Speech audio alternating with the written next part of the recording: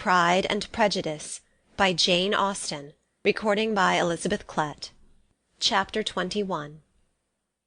The discussion of Mr. Collins's offer was now nearly at an end, and Elizabeth had only to suffer from the uncomfortable feelings necessarily attending it, and occasionally from some peevish allusions of her mother.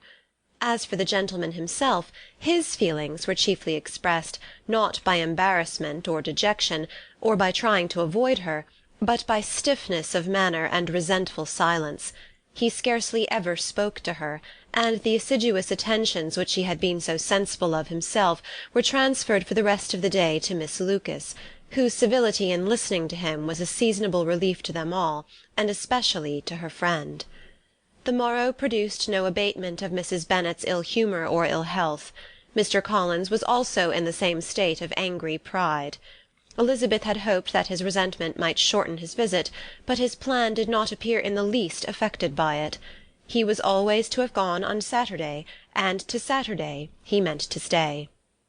After breakfast the girls walked to Meryton to inquire if Mr. Wickham were returned, and to lament over his absence from the Netherfield ball.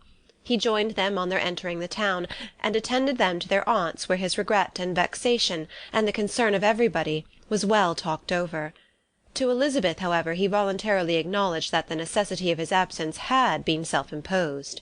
"I found," said he, "as the time drew near, that I had better not meet Mr. Darcy, that to be in the same room, the same party with him for so many hours together, might be more than I could bear, and that scenes might arise unpleasant to more than myself." She highly approved his forbearance, and they had leisure for a full discussion of it, and for all the commendation which they civilly bestowed on each other, as Wickham and another officer walked back with them to Longbourn, and during the walk he particularly attended to her. His accompanying them was a double advantage. She felt all the compliment it offered to herself, and it was most acceptable as an occasion of introducing him to her father and mother. Soon after their return a letter was delivered to Miss Bennet. It came from Netherfield. The envelope contained a sheet of elegant little hot-pressed paper, well covered with a lady's fair flowing hand, and Elizabeth saw her sister's countenance change as she read it, and saw her dwelling intently on some particular passages. Jane recollected herself soon, and putting the letter away, tried to join with her usual cheerfulness in the general conversation. But Elizabeth felt an anxiety on the subject which drew off her attention even from Wickham, and no sooner had he and his companion taken leave than a glance from Jane invited her to follow her upstairs. When they had gained their own room, Jane, taking out the letter, said, "This is from Caroline Bingley. What it contains has surprised me a good deal. The whole party have left Netherfield by this time, and are on their way to town, and without any intention of coming back again. You shall hear what she says." She then read the first sentence aloud, which comprised the information of their having just resolved to follow their brother to town directly, and of their meaning to dine in Grosvenor Street, where Mr. Hurst had a house. The next was in these words: "I do not pretend to regret anything I shall leave in Hertfordshire, except your society, my dearest friend, but we will hope, at some future period, to enjoy many returns of that delightful intercourse we have known, and in the meanwhile may lessen the pain of separation by a very frequent and most unreserved correspondence. I depend on you for that." To these high-flown expressions Elizabeth listened with all the insensibility of distrust, and though the suddenness of their removal surprised her, she saw nothing in it really to lament. It was not to be supposed that their absence from Netherfield would prevent Mr. Bingley's being there, and as to the loss of their society, she was persuaded that Jane must cease to regard it in the enjoyment of his. "It is unlucky," said she, after a short pause, "that you should not be able to see your friends before they leave the country. But may we not hope that the period of future happiness, to which Miss Bingley looks forward, may arrive earlier than she is aware, and that the delightful intercourse you have known as friends will be renewed with yet greater satisfaction as sisters? Mr. Bingley will not be detained in London by them." "Caroline decidedly says that none of the party will return into Hertfordshire this winter. I will read it to you."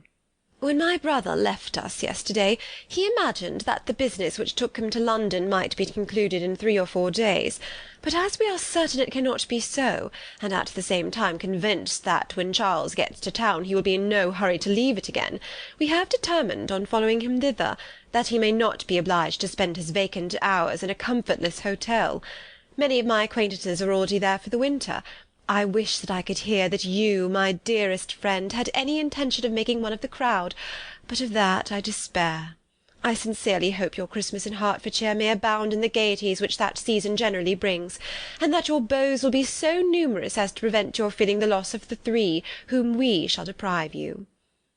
It is evident by this, added Jane, that he comes back no more this winter. It is only evident that Miss Bingley does not mean that he should. Why will you think so? It must be his own doing. He is his own master. But you do not know all. I will read you the passage which particularly hurts me. I will have no reserves from you. Mr. Darcy is impatient to see his sister, and, to confess the truth, we are scarcely less eager to meet her again. I really do not think Georgiana Darcy has her equal for beauty, elegance, and accomplishments, and the affection she inspires in Louisa and myself is heightened into something still more interesting from the hope we dare entertain of her being hereafter our sister.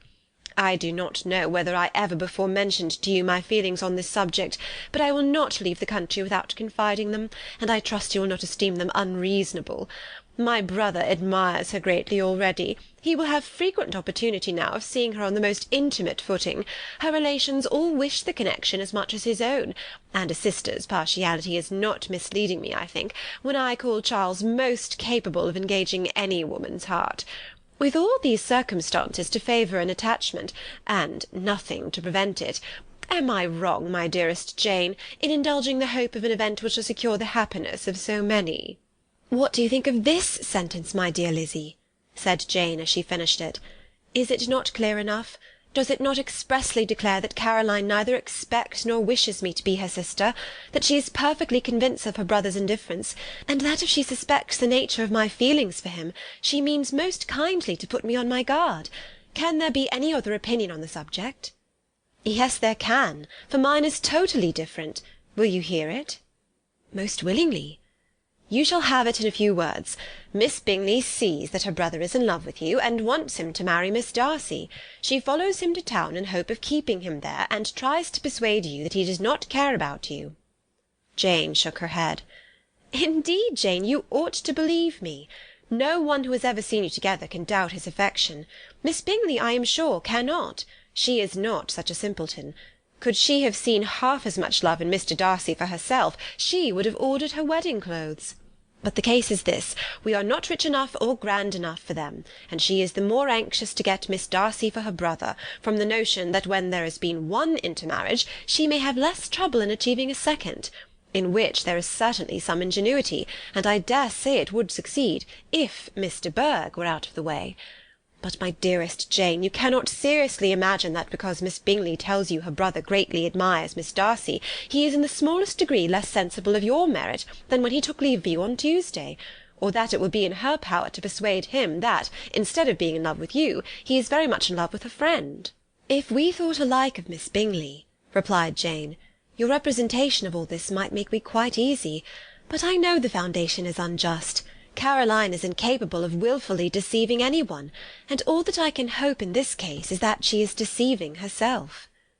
That is right. You could not have started a more happy idea, since you will not take comfort in mine.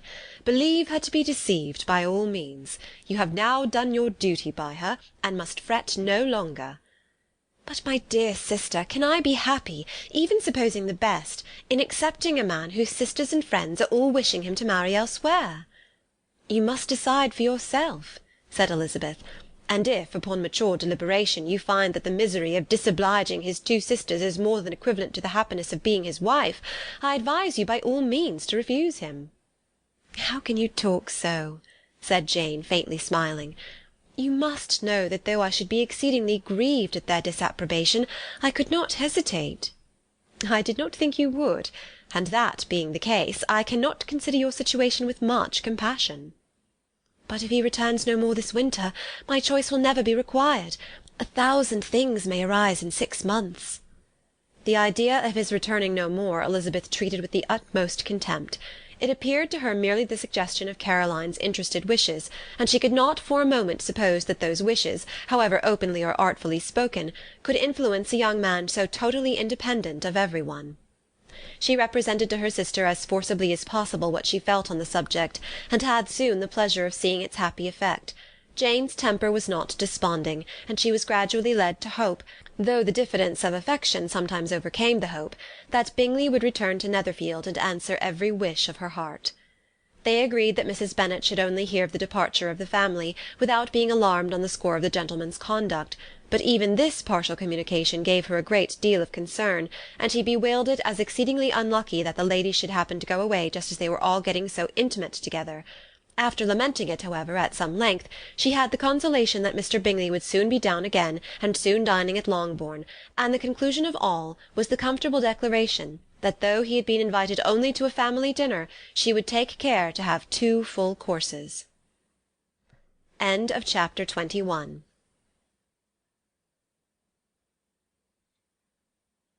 Chapter 22. The Bennets were engaged to dine with the Lucases, and again, during the chief of the day, was Miss Lucas so kind as to listen to Mr. Collins. Elizabeth took an opportunity of thanking her. "It keeps him in good humour," said she, "and I am more obliged to you than I can express." Charlotte assured her friend of her satisfaction in being useful, and that it amply repaid her for the little sacrifice of her time. This was very amiable, but Charlotte's kindness extended farther than Elizabeth had any conception of. Its object was nothing else than to secure her from any return of Mr. Collins's addresses by engaging them towards herself. Such was Miss Lucas's scheme, and appearances were so favourable that when they parted at night she would have felt almost secure of success if he had not been to leave Hertfordshire so very soon. But here she did injustice to the fire and independence of his character, for it led him to escape out of Longbourn House the next morning with admirable slyness, and hasten to Lucas Lodge to throw himself at her feet. He was anxious to avoid the notice of his cousins, from a conviction that if they saw him depart they could not fail to conjecture his design, and he was not willing to have the attempt known till its success might be known likewise. For though feeling almost secure, and with reason, for Charlotte had been tolerably encouraging, he was comparatively diffident since the adventure of Wednesday. His reception, however, was of the most flattering kind. Miss Lucas perceived him from an upper window as he walked towards the house, and instantly set out to meet him accidentally in the lane. But little had she dared to hope that so much love and eloquence awaited her there. In as short a time as Mr. Collins's long speeches would allow, everything was settled between them to the satisfaction of both, and as they entered the house he earnestly entreated her to name the day that was to make him the happiest of men. And though such a solicitation must be waived for the present, the lady felt no inclination to trifle with his happiness. The stupidity with which he was favoured by nature must guard his courtship from any charm that could make a woman wish for its continuance, and Miss Lucas, who accepted him solely from the pure and disinterested desire of an establishment, cared not how soon that establishment were gained. Sir William and Lady Lucas were speedily applied to for their consent, and it was bestowed with a most joyful alacrity. Mr. Collins's present circumstances made it a most eligible match for their daughter, to whom they could give little fortune, and his prospects of future wealth were exceedingly fair. Lady Lucas began directly to calculate, with more interest than the matter had ever excited before, how many years longer Mr. Bennet was likely to live, and Sir William gave it as his decided opinion that whenever Mr. Collins should be in possession of the Longbourn estate, it would be highly expedient that both he and his wife should make their appearance at St. James's. The whole family, in short, were properly overjoyed on the occasion.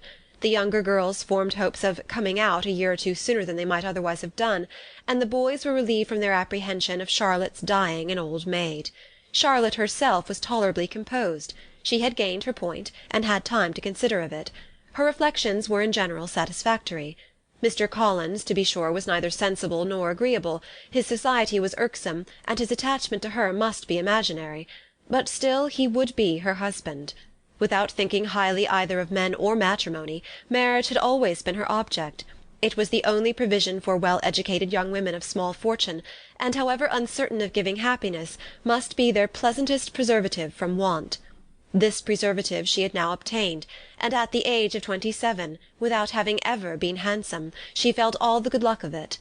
The least agreeable circumstance in the business was the surprise it must occasion to Elizabeth Bennet, whose friendship she valued beyond that of any other person. Elizabeth would wonder, and probably would blame her, and though her resolution was not to be shaken, her feelings must be hurt by such a disapprobation. She resolved to give her the information herself, and therefore charged Mr. Collins, when he returned to Longbourn to dinner, to drop no hint of what had passed before any of the family. A promise of secrecy was of course very dutifully given, but it could not be kept without difficulty, for the curiosity excited by his long absence burst forth in such very direct questions on his return as required some ingenuity to evade, and he was at the same time exercising great self-denial, for he was longing to publish his prosperous love. As he was to begin his journey too early on the morrow to see any of the family, the ceremony of leave-taking was performed when the ladies moved for the night, and Mrs. Bennet, with great politeness and cordiality, said how happy they should be to see him at Longbourn again, whenever his engagements might allow him to visit them. "My dear madam," he replied, "this invitation is particularly gratifying, because it is what I have been hoping to receive, and you may be very certain that I shall avail myself of it as soon as possible." They were all astonished, and Mr. Bennet, who could by no means wish for so speedy a return, immediately said, "But is there not danger of Lady Catherine's disapprobation here, my good sir? You had better neglect your relations than run the risk of offending your patroness." "My dear sir," replied Mr. Collins, "I am particularly obliged to you for this friendly caution, and you may depend upon my not taking so material a step without her ladyship's concurrence." "You cannot be too much upon your guard. Risk anything rather than her displeasure, and if you find it likely to be raised by your coming to us again, which I should think exceedingly probable, stay quietly at home, and be satisfied that we shall take no offence." "Believe me, my dear sir, my gratitude is warmly excited by such affectionate attention, and depend upon it, you will speedily receive from me a letter of thanks for this, and for every other mark of your regard during my stay in Hertfordshire. As for my fair cousins, though my absence may not be long enough to render it necessary, I shall now take the liberty of wishing them health and happiness, not excepting my cousin Elizabeth." With proper civilities the ladies then withdrew, all of them equally surprised that he meditated a quick return. Mrs. Bennet wished to understand by it that he thought of paying his addresses to one of her younger girls, and Mary might have been prevailed on to accept him. She rated his abilities much higher than any of the others. There was a solidity in his reflections which often struck her, and though by no means as clever as herself, she thought that if encouraged to read and improve himself by such an example as hers, he might become a very agreeable companion. But on the following morning every hope of this kind was done away. Miss Lucas called soon after breakfast, and in a private conference with Elizabeth related the event of the day before. The possibility of Mr. Collins fancying himself in love with her friend had once occurred to Elizabeth within the last day or two, but that Charlotte could encourage him seemed almost as far from possibility as she could encourage him herself, and her astonishment was consequently so great as to overcome at the first the bounds of decorum, and she could not help crying out, "Engaged to Mr. Collins! My dear Charlotte! Impossible!" The steady countenance which Miss Lucas had commanded in telling her story gave way to a momentary confusion here on receiving so direct a reproach, though as it was no more than she expected, she soon regained her composure, and calmly replied, "Why should you be surprised, my dear Eliza? Do you think it incredible that Mr. Collins should be able to procure any woman's good opinion, because he was not so happy as to succeed with you?" But Elizabeth had now recollected herself, and making a strong effort for it, was able to assure with tolerable firmness that the prospect of their relationship was highly grateful to her, and that she wished her all imaginable happiness. "I see what you were feeling," replied Charlotte. "You must be surprised, very much surprised, so lately as Mr. Collins was wishing to marry you. But when you have had time to think it over, I hope you'll be satisfied with what I have done. I am not romantic, you know. I never was. I ask only a comfortable home, and considering Mr. Collins' character, connection, and situation in life, I am convinced that my chance of happiness with him is as fair as most people can boast on entering the marriage state." Elizabeth quietly answered, "Undoubtedly," and after an awkward pause they returned to the rest of the family. Charlotte did not stay much longer, and Elizabeth was then left to reflect on what she had heard. It was a long time before she became at all reconciled to the idea of so unsuitable a match. The strangeness of Mr. Collins making 2 offers of marriage within 3 days was nothing in comparison of his being now accepted. She had always felt that Charlotte's opinion of matrimony was not exactly like her own, but she had not supposed it to be possible that, when called into action, she would have sacrificed every better feeling to worldly advantage. Charlotte the wife of Mr. Collins was a most humiliating picture. And to the pang of a friend disgracing herself and sunk in her esteem was added the distressing conviction that it was impossible for that friend to be tolerably happy in the lot she had chosen.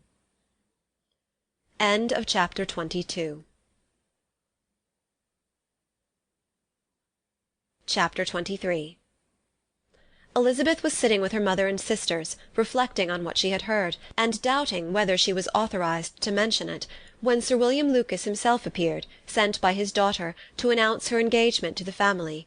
With many compliments to them, and much self-gratulation on the prospect of a connection between the houses, he unfolded the matter, to an audience not merely wondering, but incredulous; for Mrs. Bennet, with more perseverance than politeness, protested he must be entirely mistaken, and Lydia, always unguarded and often uncivil, boisterously exclaimed, "Good Lord! Sir William, how can you tell such a story? Do not you know that Mr. Collins wants to marry Lizzie?"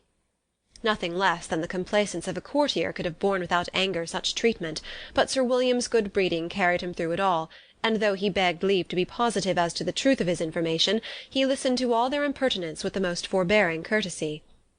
Elizabeth, feeling it incumbent on her to relieve him from so unpleasant a situation, now put herself forward to confirm his account, by mentioning her prior knowledge of it from Charlotte herself, and endeavoured to put a stop to the exclamations of her mother and sisters by the earnestness of her congratulations to Sir William, in which she was readily joined by Jane, and by making a variety of remarks on the happiness that might be expected from the match, the excellent character of Mr. Collins, and the convenient distance of Hunsford from London.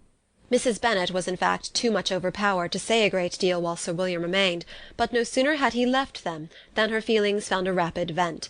In the first place, she persisted in disbelieving the whole of the matter. Secondly, she was very sure that Mr. Collins had been taken in. Thirdly, she trusted that they would never be happy together. And fourthly, that the match might be broken off. 2 inferences, however, were plainly deduced from the whole.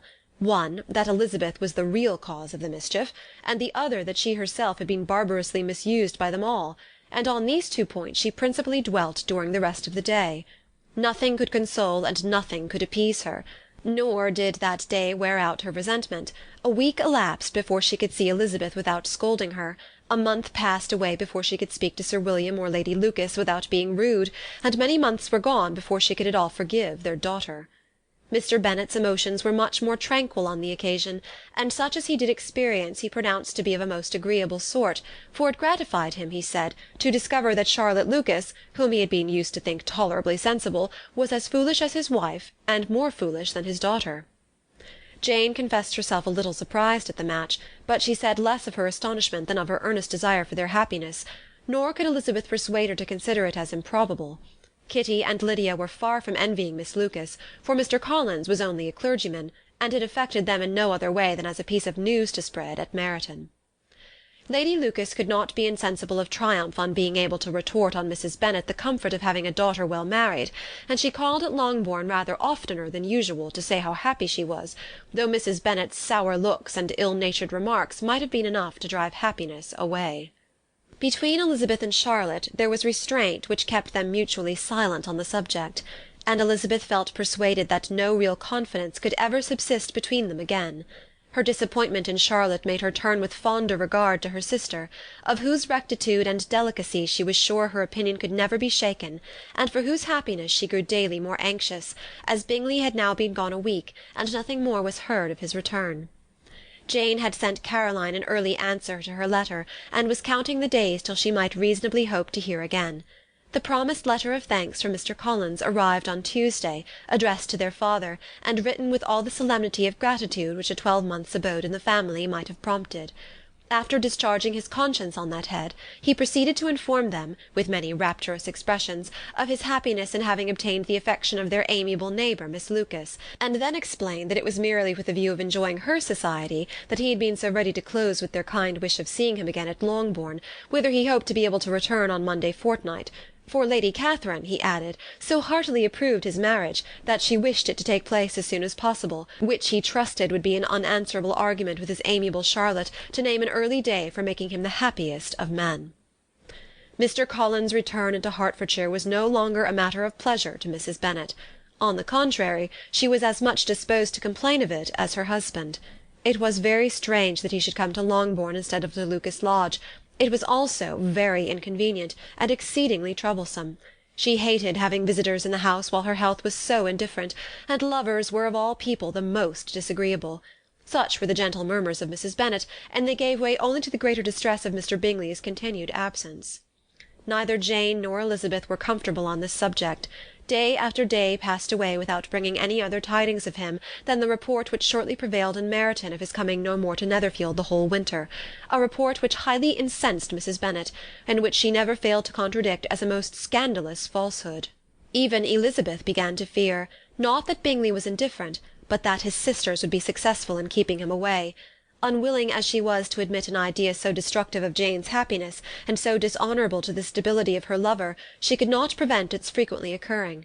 The united efforts of his two unfeeling sisters, and of his overpowering friend, assisted by the attractions of Miss Darcy and the amusements of London, might be too much, she feared, for the strength of his attachment. As for Jane, her anxiety under this suspense was of course more painful than Elizabeth's, but whatever she felt she was desirous of concealing, and between Elizabeth and herself, therefore, the subject was never alluded to. But as no such delicacy restrained her mother, an hour seldom passed in which she did not talk of Bingley, express her impatience for his arrival, or even require Jane to confess that if he did not come back she would think herself very ill-used. It needed all Jane's steady mildness to bear these attacks with tolerable tranquillity. Mr. Collins returned most punctually on Monday fortnight, but his reception at Longbourn was not quite so gracious as it had been on his first introduction. He was too happy, however, to need much attention, and luckily for the others the business of love-making relieved them from a great deal of his company. The chief of every day was spent by him at Lucas Lodge, and he sometimes returned to Longbourn only in time to make an apology for his absence before the family went to bed. Mrs. Bennet was really in a most pitiable state. The very mention of anything concerning the match threw her into an agony of ill-humour, and wherever she went she was sure of hearing it talked of. The sight of Miss Lucas was odious to her. As her successor in that house, she regarded her with jealous abhorrence. Whenever Charlotte came to see them, she concluded her to be anticipating the hour of possession, and whenever she spoke in a low voice to Mr. Collins, was convinced that they were talking of the Longbourn estate, and resolving to turn herself and her daughters out of the house as soon as Mr. Bennet were dead. She complained bitterly of all this to her husband. "Indeed, Mr. Bennet," said she, "it is very hard to think that Charlotte Lucas should ever be mistress of this house, and that I should be forced to make way for her, and live to see her take her place in it." "My dear, do not give way to such gloomy thoughts. Let us hope for better things. Let us flatter ourselves that I may be the survivor." This was not very consoling to Mrs. Bennet, and therefore, instead of making any answer, she went on as before. "I cannot bear to think that they should have all this estate. If it was not for the entail, I should not mind it." "What should not you mind?" "I should not mind anything at all." "Let us be thankful that you are preserved from a state of such insensibility." "I can never be thankful, Mr. Bennet, for anything about the entail. How any one should have the conscience to entail away an estate from one's own daughters, I cannot understand. And all for the sake of Mr. Collins, too. Why should he have it more than anybody else?" "I leave it to yourself to determine," said Mr. Bennet.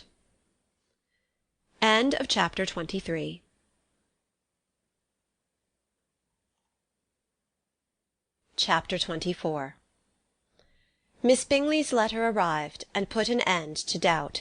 The very first sentence conveyed the assurance of their being all settled in London for the winter, and concluded with her brother's regret at not having had time to pay his respects to his friends in Hertfordshire before he left the country.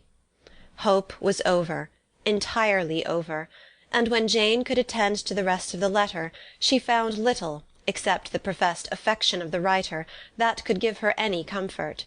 Miss Darcy's praise occupied the chief of it. Her many attractions were again dwelt on, and Caroline boasted joyfully of their increasing intimacy, and ventured to predict the accomplishment of the wishes which had been unfolded in her former letter. She wrote also with great pleasure of her brother's being an intimate of Mr. Darcy's house, and mentioned with raptures some plans of the latter with regard to new furniture. Elizabeth, to whom Jane very soon communicated the chief of all this, heard it in silent indignation. Her heart was divided between concern for her sister and resentment against all others. To Caroline's assertion of her brother's being partial to Miss Darcy she paid no credit. That he was really fond of Jane she doubted no more than she had ever done, and much as she had always been disposed to like him, she could not think without anger, hardly without contempt, on that easiness of temper, that want of proper resolution, which now made him the slave of his designing friends, and led him to sacrifice of his own happiness to the caprice of their inclination. Had his own happiness, however, been the only sacrifice, he might have been allowed to sport with it in whatever manner he thought best, but her sister's was involved in it, as she thought he must be sensible himself. It was a subject, in short, on which reflection would be long indulged, and must be unavailing. She could think of nothing else, and yet whether Bingley's regard had really died away, or were suppressed by his friend's interference, whether he had been aware of Jane's attachment, or whether it had escaped his observation, whatever were the case, though her opinion of him must be materially affected by the difference, her sister's situation remained the same, her peace equally wounded.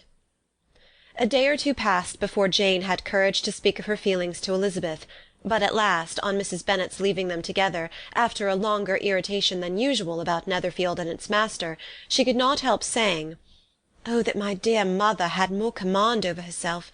She can have no idea of the pain she gives me by her continual reflections on him. But I will not repine. It cannot last long. He will be forgot, and we shall be as we were before." Elizabeth looked at her sister with incredulous solicitude, but said nothing. "You doubt me?" cried Jane, slightly colouring. "Indeed you have no reason. He may live in my memory as the most amiable man of my acquaintance, but that is all. I have nothing either to hope or fear, and nothing to reproach him with.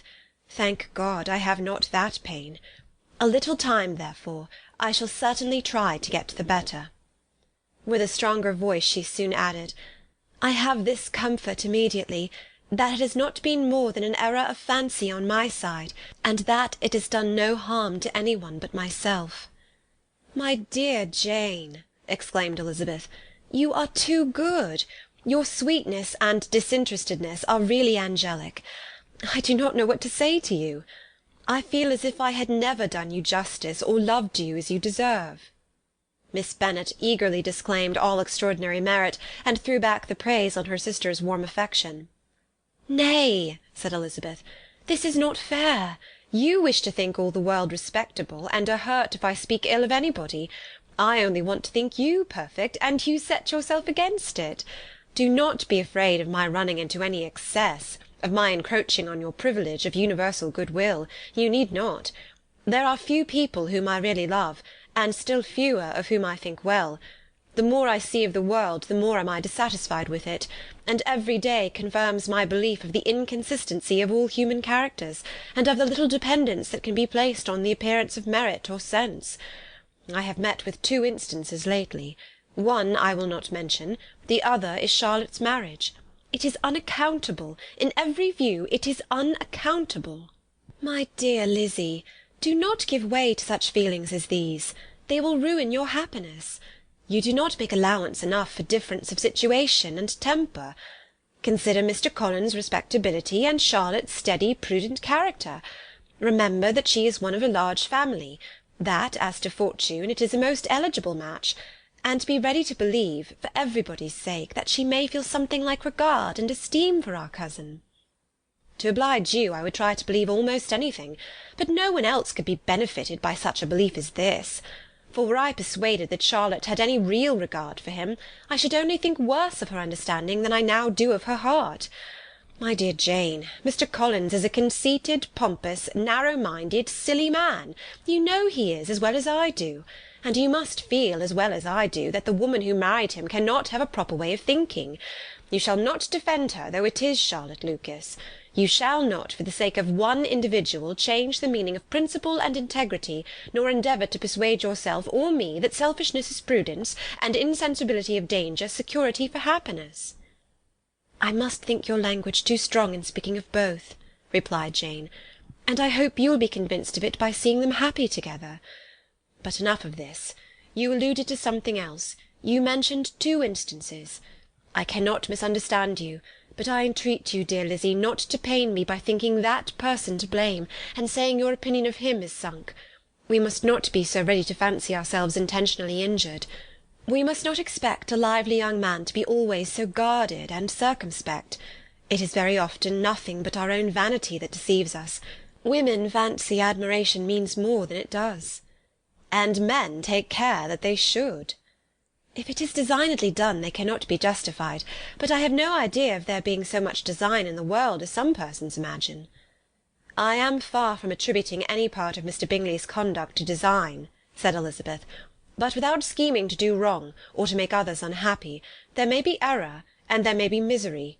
Thoughtlessness, want of attention to other people's feelings, and want of resolution will do the business." "And do you impute it to either of those?" "Yes, to the last. But if I go on, I shall displease you by saying what I think of persons you esteem. Stop me whilst you can." "You persist, then, in supposing his sisters influence him?" "Yes, in conjunction with his friend." "I cannot believe it. Why should they try to influence him? They can only wish his happiness, and if he is attached to me, no other woman can secure it."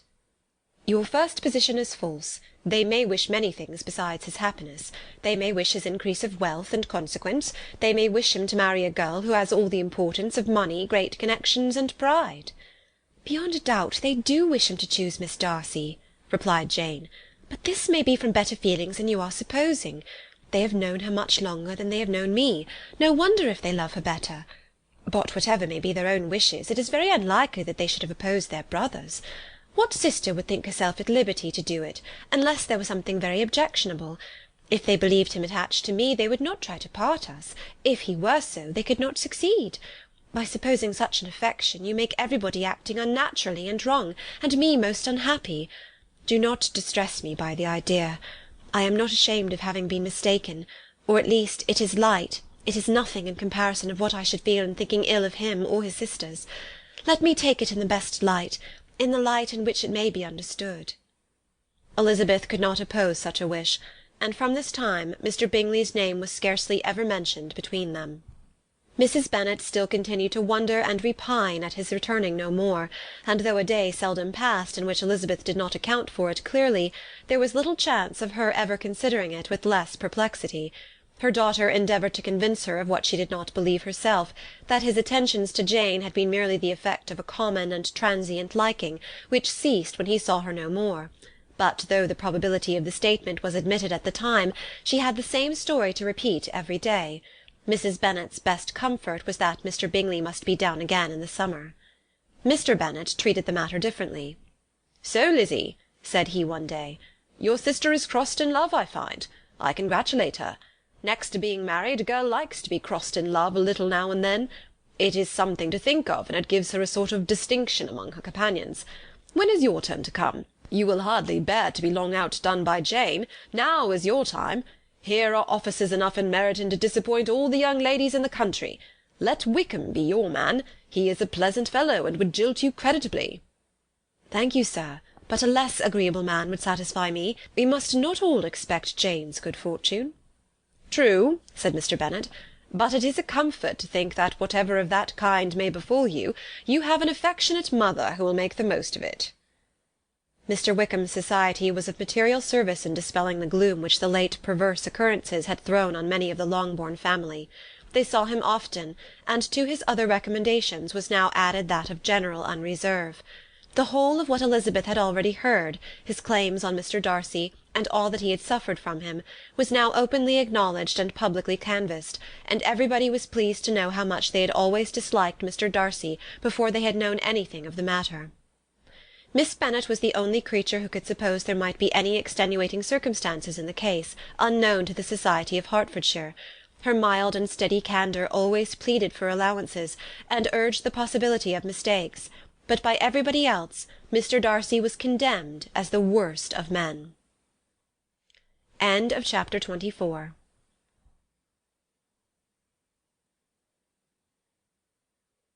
Chapter 25. After a week spent in professions of love and schemes of felicity, Mr. Collins was called from his amiable Charlotte by the arrival of Saturday. The pain of separation, however, might be alleviated on his side by preparations for the reception of his bride, as he had reason to hope that shortly after his return into Hertfordshire the day would be fixed that was to make him the happiest of men. He took leave of his relations at Longbourn with as much solemnity as before, wished his fair cousins health and happiness, and promised their father another letter of thanks. On the following Monday, Mrs. Bennet had the pleasure of receiving her brother and his wife, who came as usual to spend the Christmas at Longbourn. Mr. Gardiner was a sensible, gentlemanlike man, greatly superior to his sister, as well by nature as education. The Netherfield ladies would have had difficulty in believing that a man who lived by trade, and within view of his own warehouses, could have been so well bred and agreeable. Mrs. Gardiner, who was several years younger than Mrs. Bennet and Mrs. Phillips, was an amiable, intelligent, elegant woman, and a great favourite with all her Longbourn nieces. Between the two eldest and herself especially there subsisted a particular regard. They had frequently been staying with her in town. The first part of Mrs. Gardiner's business on her arrival was to distribute her presents and describe the newest fashions. When this was done she had a less active part to play. It became her turn to listen. Mrs. Bennet had many grievances to relate, and much to complain of. They had all been very ill used since she last saw her sister. 2 of her girls had been upon the point of marriage, and after all there was nothing in it. "I do not blame Jane," she continued, "for Jane would have got Mr. Bingley if she could. But Lizzie, oh, sister, it is very hard to think she might have been Mr. Collins's wife by this time, had it not been for her own perverseness. He made her an offer in this very room, and she refused him. The consequence of it is that Lady Lucas will have a daughter married before I have, and that the Longbourn estate is just as much entailed as ever. The Lucases are very artful people indeed, sister. They are all for what they can get. I am sorry to say it of them, but so it is. It makes me very nervous and poorly to be thwarted so in my own family, and to have neighbours who think of themselves before anybody else. However, your coming just at this time is the greatest of comforts, and I am very glad to hear what you tell us of long sleeves." Mrs. Gardiner, to whom the chief of this news had been given before, in the course of Jane and Elizabeth's correspondence with her, made her sister a slight answer, and in compassion to her nieces turned the conversation. When alone with Elizabeth afterwards, she spoke more on the subject. "It seems likely to have been a desirable match for Jane," said she. "I am sorry it went off, but these things happen so often. A young man, such as you describe Mr. Bingley, so easily falls in love with a pretty girl for a few weeks, and when accident separates them so easily forgets her, that these sort of inconsistencies are very frequent." "An excellent consolation in its way," said Elizabeth, "but it will not do for us. We do not suffer by accident. It does not often happen that the interference of friends will persuade a young man of independent fortune to think no more of a girl whom he was violently in love with only a few days before." "But that expression of violently in love is so hackneyed, so doubtful, so indefinite, that it gives me very little idea. It is as often applied to feelings which arise from a half-hour's acquaintance, as to a real strong attachment. Pray, how violent was Mr. Bingley's love?" "I never saw a more promising inclination. He was growing quite inattentive to other people, and wholly engrossed by her. Every time they met it was more decided and remarkable. At his own ball he offended 2 or 3 young ladies by not asking them to dance, and I spoke to him twice myself without receiving an answer. Could there be finer symptoms? Is not general incivility the very essence of love?" "Oh, yes, of that kind of love which I suppose him to have felt. Poor Jane! I am sorry for her, because with her disposition she may not get over it immediately. It had better have happened to you, Lizzie. You would have laughed yourself out of it sooner. But do you think she would be prevailed upon to go back with us? Change of scene might be of service, and perhaps a little relief from home may be as useful as anything." Elizabeth was exceedingly pleased with this proposal, and felt persuaded of her sister's ready acquiescence. "I hope," added Mrs. Gardiner, "that no consideration with regard to this young man will influence her. We live in so different a part of town, all our connections are so different, and as you well know, we go out so little, that it is very improbable that they should meet at all, unless he really comes to see her." And that is quite impossible, for he is now in the custody of his friend, and Mr. Darcy would no more suffer him to call on Jane in such a part of London. My dear aunt, how could you think of it? Mr. Darcy may perhaps have heard of such a place as Gracechurch Street, but he would hardly think a month's ablution enough to cleanse him from its impurities, were he once to enter it. And depend upon it, Mr. Bingley never stirs without him. So much the better. I hope they will not meet at all. But does not Jane correspond with his sister? She will not be able to help calling. She will drop the acquaintance entirely. But in spite of the certainty in which Elizabeth affected to place this point, as well as the still more interesting one of Bingley's being withheld from seeing Jane, she felt a solicitude on the subject which convinced her, on examination, that she did not consider it entirely hopeless. It was possible, and sometimes she thought it probable, that his affection might be reanimated, and the influence of his friends successfully combated by the more natural influence of Jane's attractions. Miss Bennet accepted her aunt's invitation with pleasure, and the Bingleys were no otherwise in her thoughts at the same time than as she hoped by Caroline's not living in the same house with her brother she might occasionally spend a morning with her, without any danger of seeing him. The Gardiners stayed a week at Longbourn, and what with the Phillipses, the Lucases, and the officers, there was not a day without its engagement. Mrs. Bennet had so carefully provided for the entertainment of her brother and sister that they did not once sit down to a family dinner. When the engagement was for home, some of the officers always made part of it, of which officers Mr. Wickham was sure to be one, and on these occasions Mrs. Gardiner, rendered suspicious by Elizabeth's warm commendation, narrowly observed them both. Without supposing them, from what she saw, to be very seriously in love, their preference of each other was plain enough to make her a little uneasy, and she resolved to speak to Elizabeth on the subject before she left Hertfordshire, and represent to her the imprudence of encouraging such an attachment. To Mrs. Gardiner, Wickham had one means of affording pleasure, unconnected with his general powers. About 10 or a dozen years ago, before her marriage, she had spent a considerable time in that very part of Derbyshire to which he belonged. They had therefore many acquaintances in common, and though Wickham had been little there since the death of Darcy's father, it was yet in his power to give her fresher intelligence of her former friends than she had been in the way of procuring. Mrs. Gardiner had seen Pemberley, and known the late Mr. Darcy by character perfectly well. Here consequently was an inexhaustible subject of discourse. In comparing her recollection of Pemberley with the minute description which Wickham could give, and in bestowing her tribute of praise on the character of its late possessor, she was delighting both him and herself. On being made acquainted with the present Mr. Darcy's treatment of him, she tried to remember some of that gentleman's reputed disposition when quite a lad, which might agree with it, and was confident at last that she recollected having heard Mr. Fitzwilliam Darcy formerly spoken of as a very proud, ill-natured boy. End of chapter 25.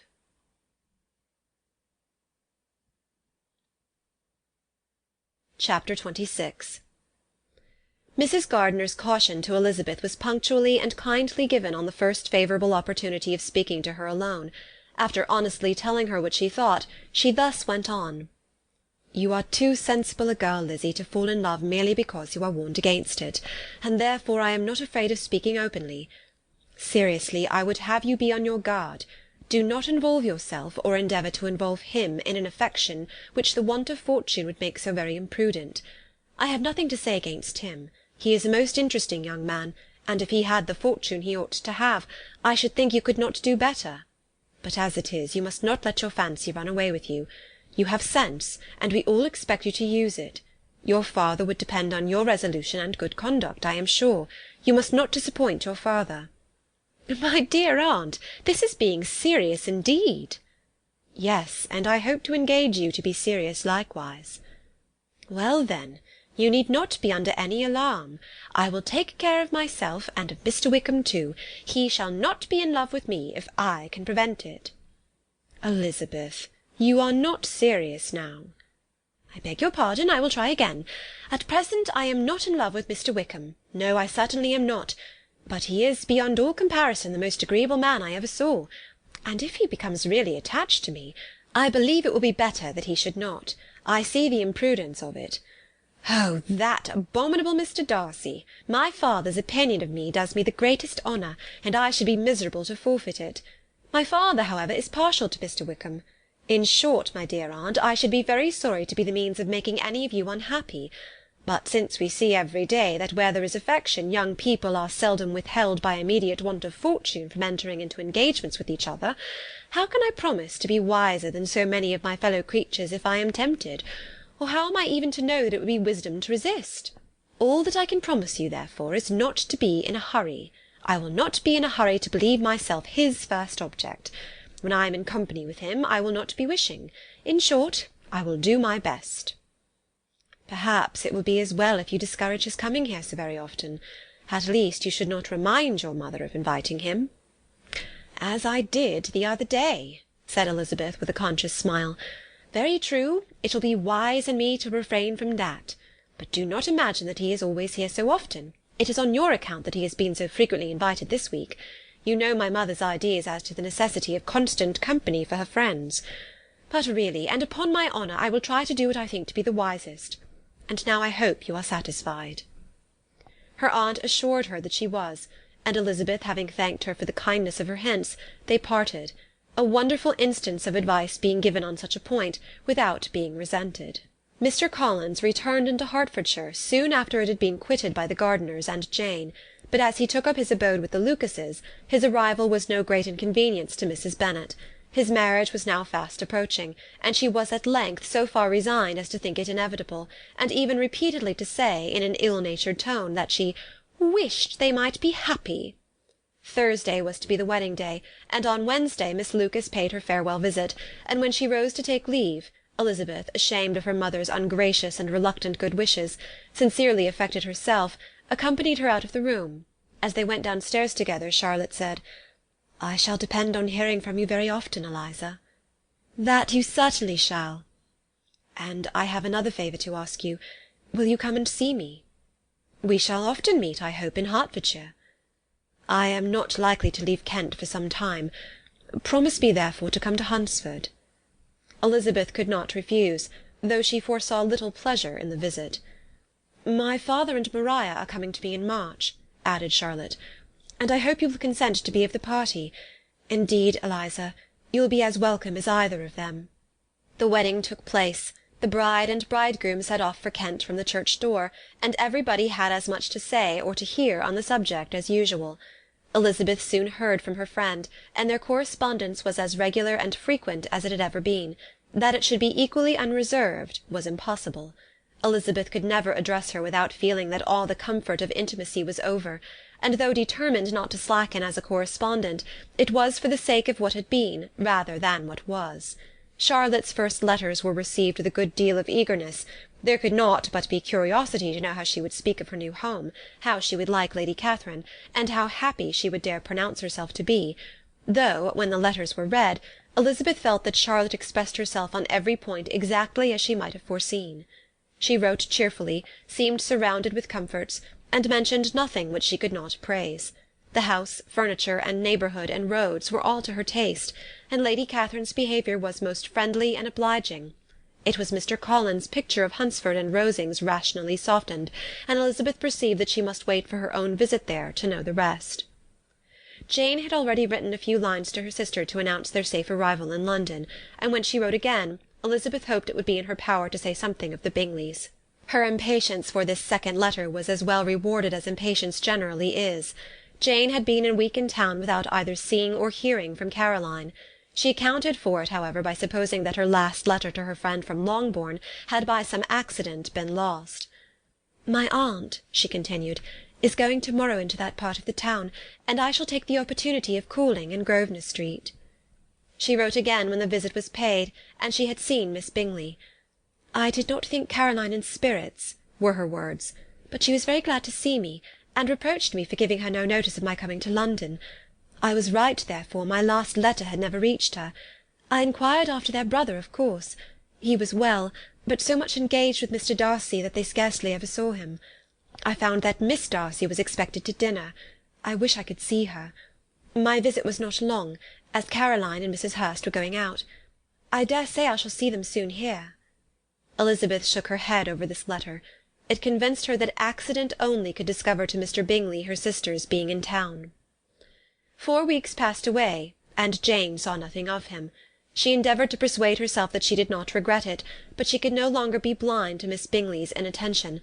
After waiting at home every morning for a fortnight, and inventing every evening a fresh excuse for her, the visitor did at last appear, but the shortness of her stay, and yet more, the alteration of her manner would allow Jane to deceive herself no longer.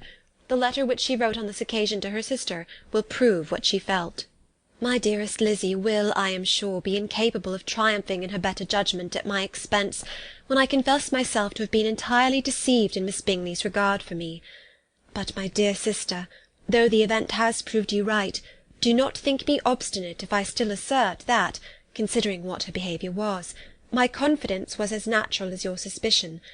I do not at all comprehend her reason for wishing to be intimate with me, but if the same circumstances were to happen again, I am sure I should be deceived again.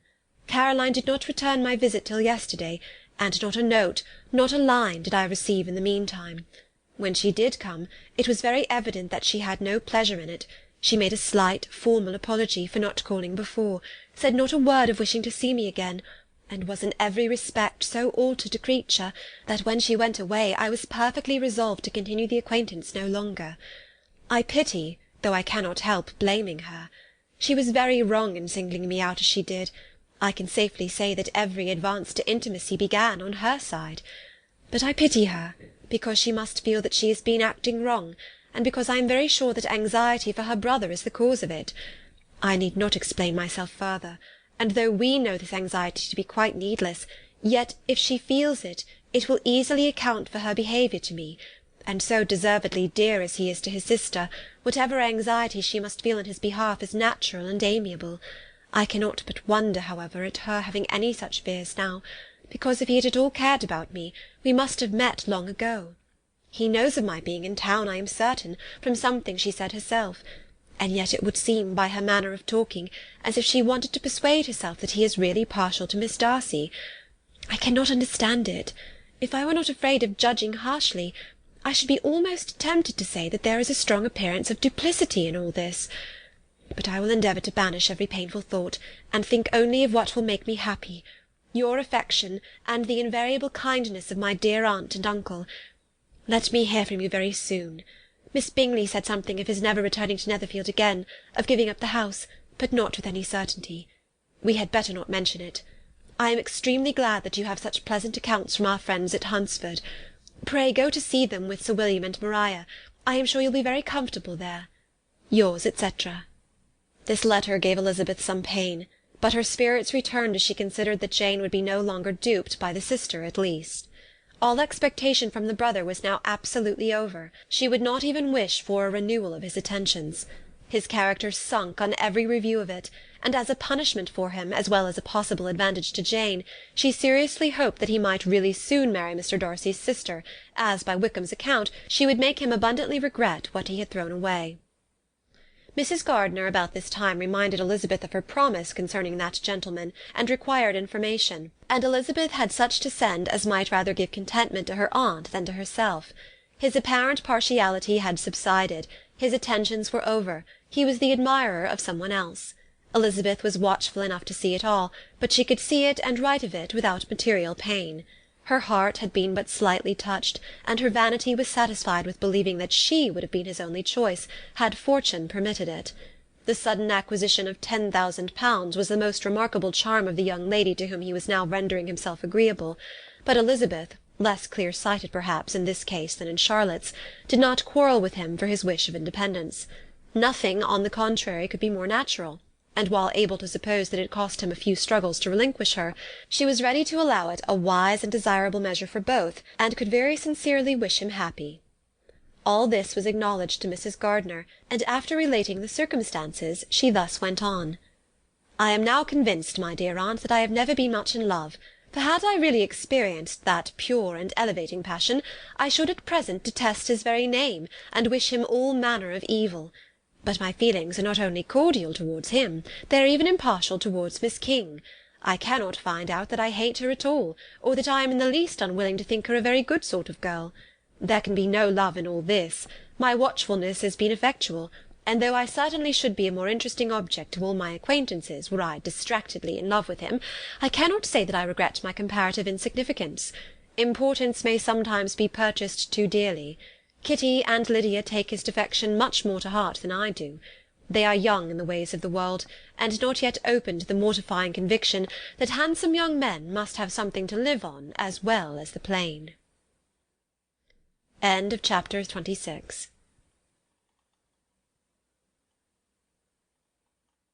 Chapter 27.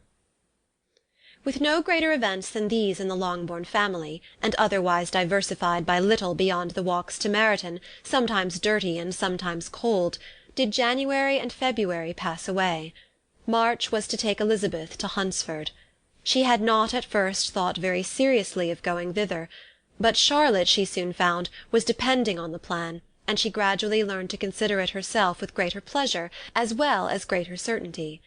Absence had increased her desire of seeing Charlotte again, and weakened her disgust of Mr. Collins. There was novelty in the scheme, and as, with such a mother and such uncompanionable sisters, home could not be faultless, a little change was not unwelcome for its own sake. The journey would moreover give her a peep at Jane, and in short, as the time drew near, she would have been very sorry for any delay. Everything, however, went on smoothly, and was finally settled according to Charlotte's first sketch. She was to accompany Sir William and his second daughter. The improvement of spending a night in London was added in time, and the plan became as perfect as plan could be. The only pain was in leaving her father, who would certainly miss her, and who, when it came to the point, so little liked her going that he told her to write to him, and almost promised to answer her letter. The farewell between herself and Mr. Wickham was perfectly friendly, on his side even more.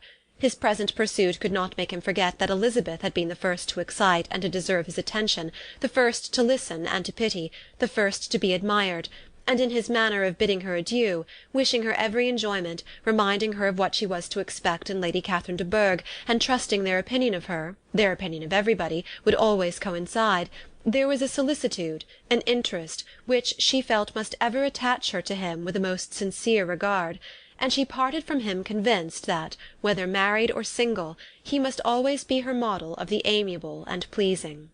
Her fellow travellers the next day were not of a kind to make her think him less agreeable.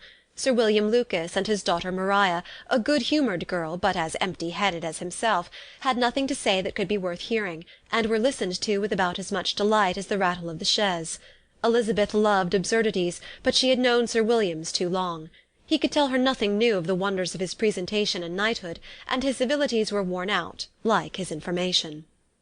It was a journey of only 24 miles, and they began it so early as to be in Gracechurch Street by noon. As they drove to Mr. Gardiner's door, Jane was at a drawing-room window watching their arrival.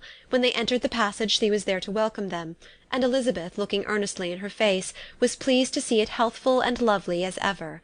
On the stairs were a troop of little boys and girls, whose eagerness for their cousin's appearance would not allow them to wait in the drawing-room, and whose shyness, as they had not seen her for a twelvemonth, prevented their coming lower. All was joy and kindness. The day passed most pleasantly away, the morning in bustle and shopping, and the evening at one of the theatres. Elizabeth then contrived to sit by her aunt. Their first object was her sister, and she was more grieved than astonished to hear, in reply to her minute inquiries, that though Jane always struggled to support her spirits, there were periods of dejection. It was reasonable, however, to hope that they would not continue long.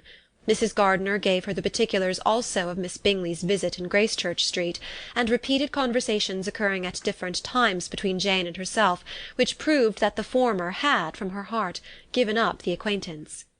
Mrs. Gardiner then rallied her niece on Wickham's desertion, and complimented her on bearing it so well.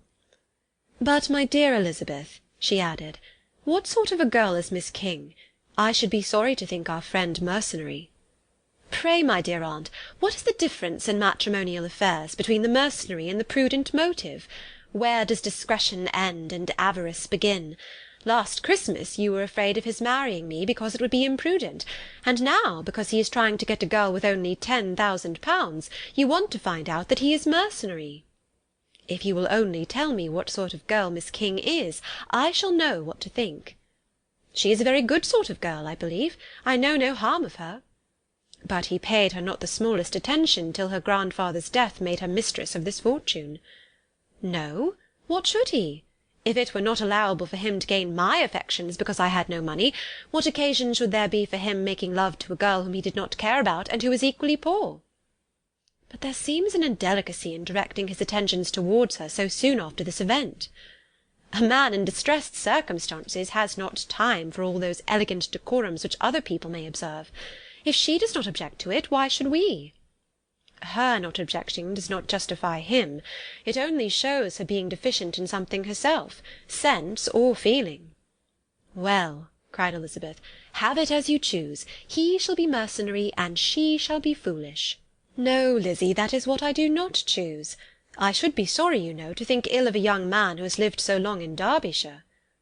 Oh, if that is all, I have a very poor opinion of young men who live in Derbyshire, and their intimate friends who live in Hertfordshire are not much better.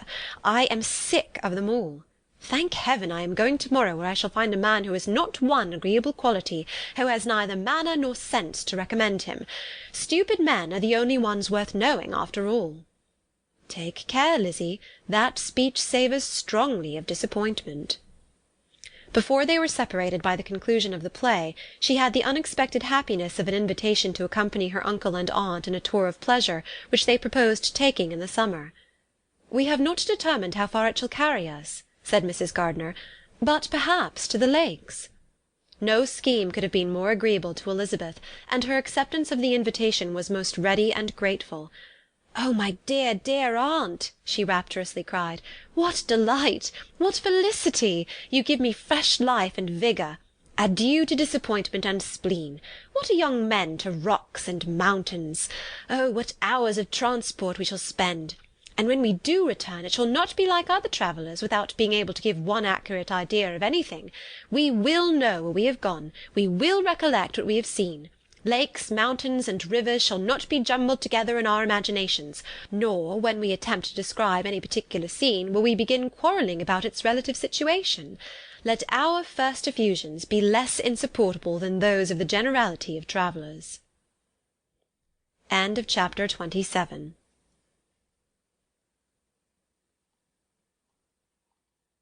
Chapter 28.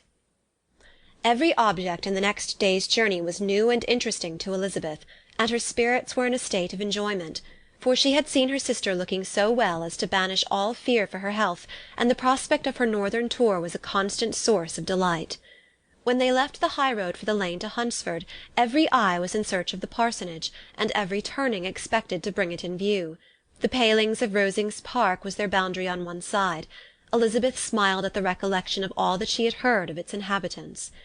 At length the parsonage was discernible, the garden sloping to the road, the house standing in it, the green pales, and the laurel hedge, everything declared they were arriving.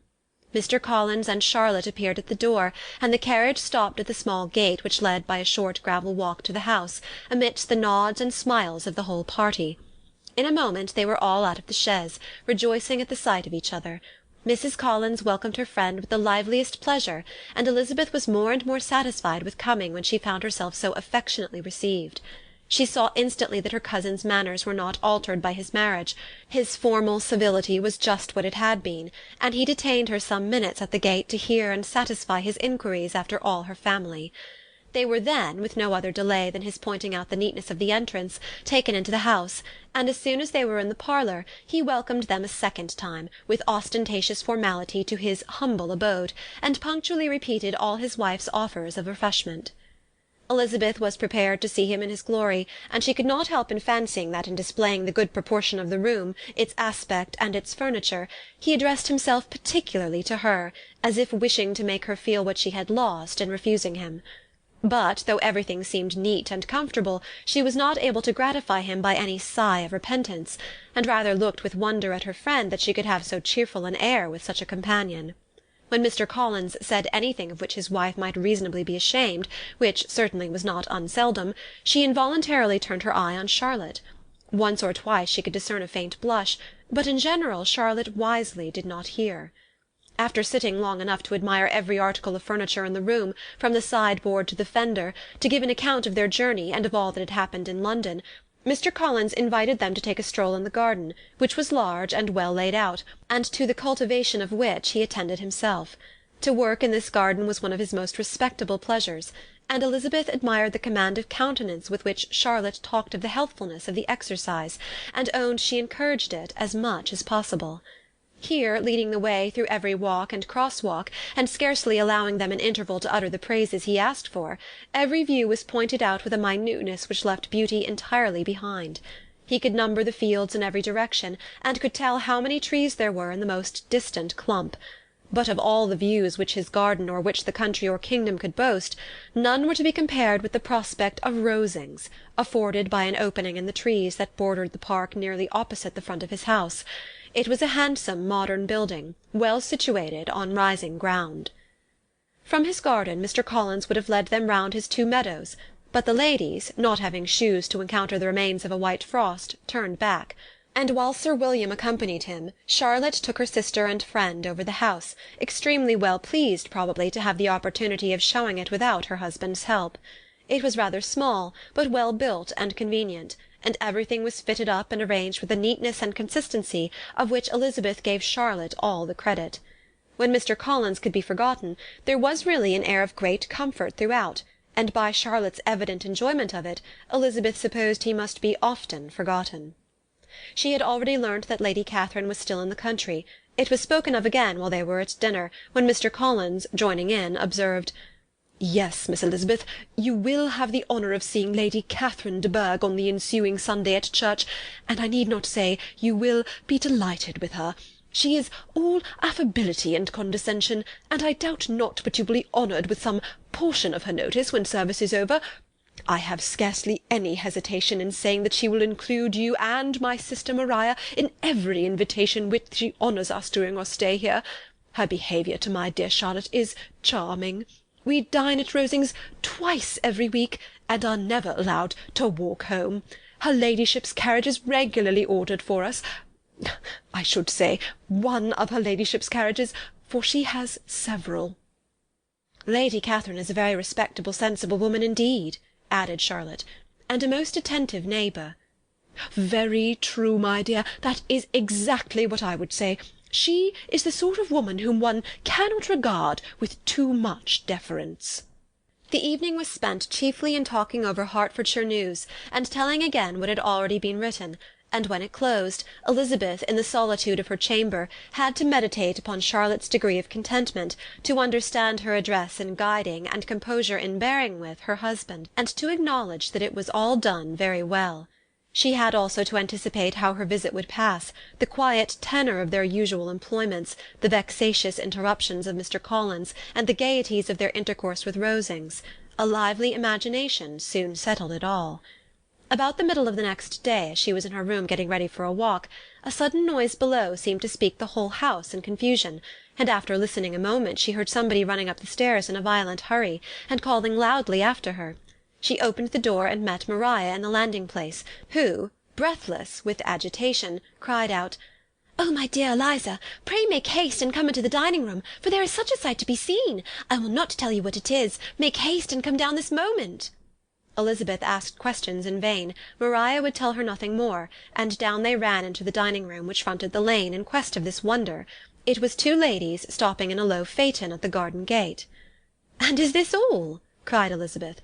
"I expected at least that the pigs were got into the garden, and here is nothing but Lady Catherine and her daughter." "La, my dear!" said Maria, quite shocked at the mistake. "It is not Lady Catherine. The old lady is Mrs. Jenkinson, who lives with them. The other is Miss de Bourgh. Only look at her. She is quite a little creature. Who would have thought that she could be so thin and small?"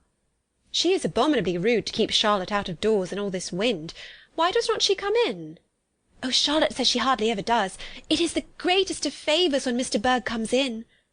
"I like her appearance," said Elizabeth, struck with other ideas. "She looks sickly and cross.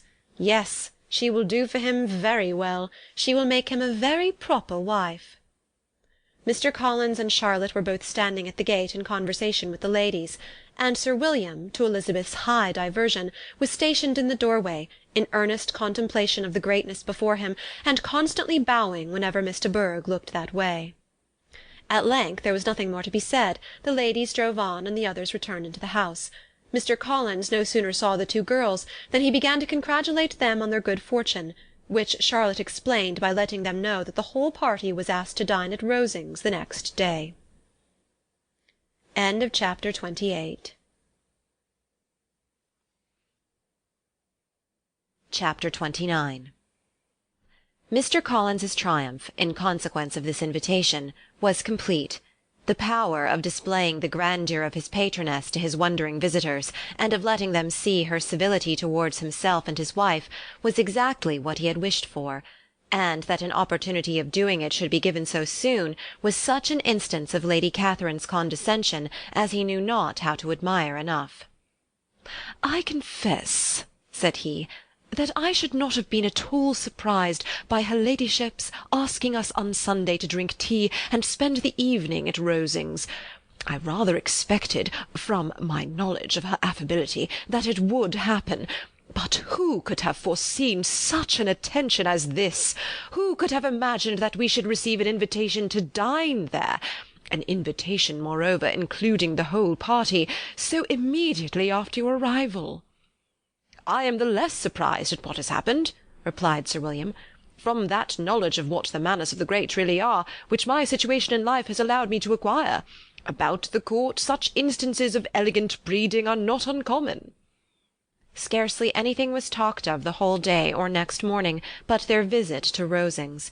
Mr. Collins was carefully instructing them in what they were to expect, that the sight of such rooms, so many servants, and so splendid a dinner, might not wholly overpower them. When the ladies were separating for the toilette, he said to Elizabeth, "Do not make yourself uneasy, my dear cousin, about your apparel. Lady Catherine is far from requiring that elegance of dress in us which becomes herself and her daughter. I would advise you merely to put on whatever of your clothes is superior to the rest. There is no occasion for anything more. Lady Catherine will not think the worse of you for being simply dressed. She likes to have the distinction of rank preserved." While they were dressing, he came 2 or 3 times to their different doors, to recommend their being quick, as Lady Catherine very much objected to be kept waiting for her dinner. Such formidable accounts of her ladyship, and her manner of living, quite frightened Maria Lucas, who had been little used to company, and she looked forward to her introduction at Rosings with as much apprehension as her father had done to his presentation at St. James's. As the weather was fine, they had a pleasant walk of about half a mile across the park. Every park has its beauty and its prospects, and Elizabeth saw much to be pleased with, though she could not be in such raptures as Mr. Collins expected the scene to inspire, and was but slightly affected by his enumeration of the windows in front of the house, and his relation of what the glazing altogether had originally cost Sir Louis de Bourgh. When they ascended the steps to the hall, Maria's alarm was every moment increasing, and even Sir William did not look perfectly calm. Elizabeth's courage did not fail her. She had heard nothing of Lady Catherine that spoke her awful from any extraordinary talents or miraculous virtue, and the mere stateliness of money or rank she thought she could witness without trepidation. From the entrance hall, of which Mr. Collins pointed out, with a rapturous air, the fine proportion and the finished ornaments, they followed the servants through an antechamber to the room where Lady Catherine, her daughter, and Mrs. Jenkinson were sitting. Her ladyship, with great condescension, arose to receive them, and as Mrs. Collins had settled it with her husband that the office of introduction should be hers, it was performed in a proper manner, without any of those apologies and thanks which he would have thought necessary. In spite of having been at St. James's, Sir William was so completely awed by the grandeur surrounding him that he had but just courage enough to make a very low bow, and take his seat without saying a word, and his daughter, frightened almost out of her senses, sat on the edge of her chair, not knowing which way to look. Elizabeth found herself quite equal to the scene, and could observe the 3 ladies before her composedly. Lady Catherine was a tall, large woman, with strongly marked features, which might once have been handsome. Her air was not conciliating, nor was her manner of receiving them such as to make her visitors forget their inferior rank. She was not rendered formidable by silence, but whatever she said was spoken in so authoritative a tone as marked her self-importance, and brought Mr. Wickham immediately to Elizabeth's mind, and from the observation of the day altogether she believed Lady Catherine to be exactly what he represented. When, after examining the mother, in whose countenance and deportment she soon found some resemblance of Mr. Darcy, she turned her eyes on the daughter, she could almost have joined in Maria's astonishment at her being so thin and so small. There was neither in figure nor face any likeness between the ladies. Miss de Bourgh was pale and sickly, her features, though not plain, were insignificant, and she spoke very little, except in a low voice to Mrs. Jenkinson, in whose appearance there was nothing remarkable, and who was entirely engaged in listening to what she said, and placing a screen in the proper direction before her eyes. After sitting a few minutes, they were all sent to one of the windows to admire the view, Mr. Collins attending them to point out its beauties, and Lady Catherine kindly informing them that it was much better worth looking at in the summer. The dinner was exceedingly handsome, and there were all the servants and all the articles of plate which Mr. Collins had promised, and, as he had likewise foretold, he took his seat at the bottom of the table by her ladyship's desire, and looked as if he felt that life could furnish nothing greater. He carved, and ate, and praised with delighted alacrity, and every dish was commended, first by him and then by Sir William, who was now enough recovered to echo whatever his son-in-law said, in a manner which Elizabeth wondered Lady Catherine could bear. But Lady Catherine seemed gratified by their excessive admiration, and gave most gracious smiles, especially when any dish on the table proved a novelty to them. The party did not supply much conversation. Elizabeth was ready to speak whenever there was an opening, but she was seated between Charlotte and Miss de Bourgh, the former of whom was engaged in listening to Lady Catherine, and the latter said not a word to her all dinner-time. Mrs. Jenkinson was chiefly employed in watching how little Miss de Bourgh ate, pressing her to try some other dish, and fearing she was indisposed. Maria thought speaking out of the question, and the gentlemen did nothing but eat and admire. When the ladies returned to the drawing-room, there was little to be done but to hear Lady Catherine talk, which she did without any intermission till coffee came in, delivering her opinion on every subject in so decisive a manner as proved that she was not used to have her judgment controverted. She inquired into Charlotte's domestic concerns familiarly and minutely, gave her a great deal of advice as to the management of them all, told her how everything ought to be regulated in so small a family as hers, and instructed her as to the care of her cows and her poultry. Elizabeth found that nothing was beneath this great lady's attention which could furnish her with an occasion of dictating to others. In the intervals of her discourse with Mrs. Collins, she addressed a variety of questions to Maria and Elizabeth, but especially to the latter, of whose connections she knew the least, and who she observed to Mrs. Collins was a very genteel, pretty kind of girl. She asked her at different times how many sisters she had, whether they were older or younger than herself, whether any of them were likely to be married, whether they were handsome, whether they had been educated, what carriage her father kept, and what had been her mother's maiden name. Elizabeth felt all the impertinence of her questions, but answered them very composedly. Lady Catherine then observed, "Your father's estate is entailed on Mr. Collins, I think. For your sake," turning to Charlotte, "I am glad of it, but otherwise I see no occasion for entailing estates from the female line. It was not thought necessary in Sir Lewis de Bourgh's family. Do you play and sing, Miss Bennet?" "A little." "No? Then some time or other we shall be happy to hear you. Our instrument is a capital one, probably superior to— you shall try it some day. Do your sisters play and sing?" "One of them does." "Why did not you all learn? You ought all to have learned. The Miss Webbs all play, and their father has not so good an income as yours. Do you draw?" "No, not at all." "What? None of you?" "Not one." "That is very strange. But I suppose you had no opportunity. Your mother should have taken you to town every spring for the benefit of masters." "My mother would have had no objection, but my father hates London." "Has your governess left you?" "We never had any governess." "No governess? How was that possible? 5 daughters brought up at home without a governess? I never heard of such a thing. Your mother must have been quite a slave to your education." Elizabeth could hardly help smiling as she assured her that that had not been the case. "Then who taught you? Who attended to you? Without a governess you must have been neglected." "Compared with some families, I believe we were, but such of us as wished to learn never wanted the means.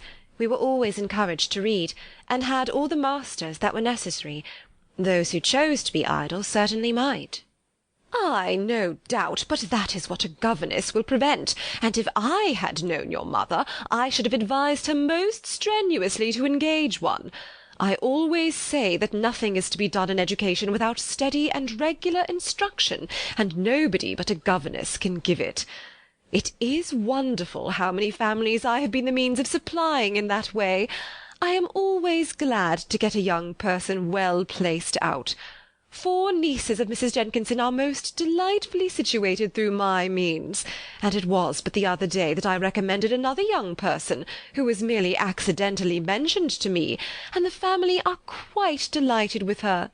Mrs. Collins, did I tell you of Lady Metcalfe's calling yesterday to thank me? She finds Miss Pope a treasure.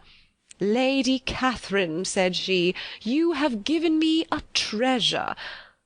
Are any of your younger sisters out, Miss Bennet? Yes, ma'am, all. All? What, all 5 out at once? Very odd, and you only the second. The younger ones out before the elder ones are married. Your younger sisters must be very young. Yes, my youngest is not 16.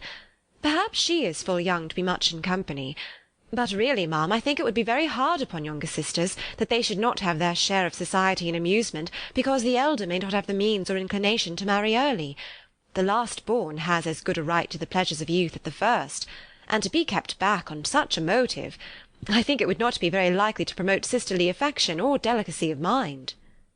Upon my word, said her ladyship, you give your opinion very decidedly for so young a person. Pray, what is your age?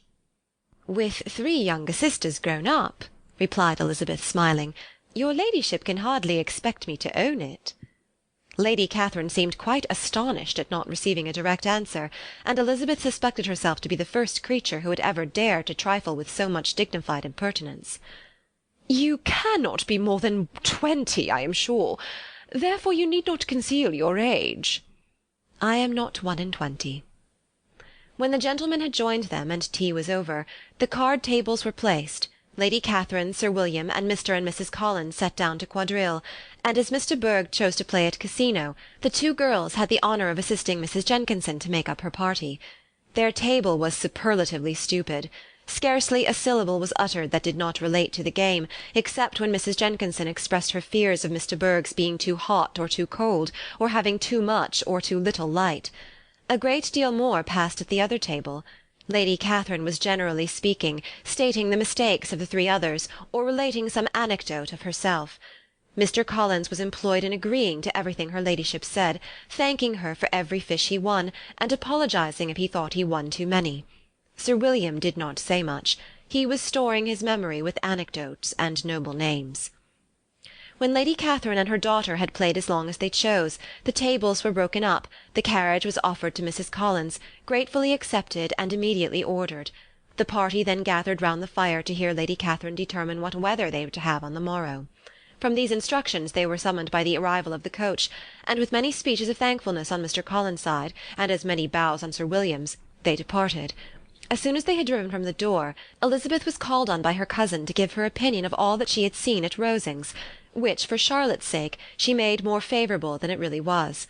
But her commendation, though costing her some trouble, could by no means satisfy Mr. Collins, and he was very soon obliged to take her ladyship's praise into his own hands. Chapter 29.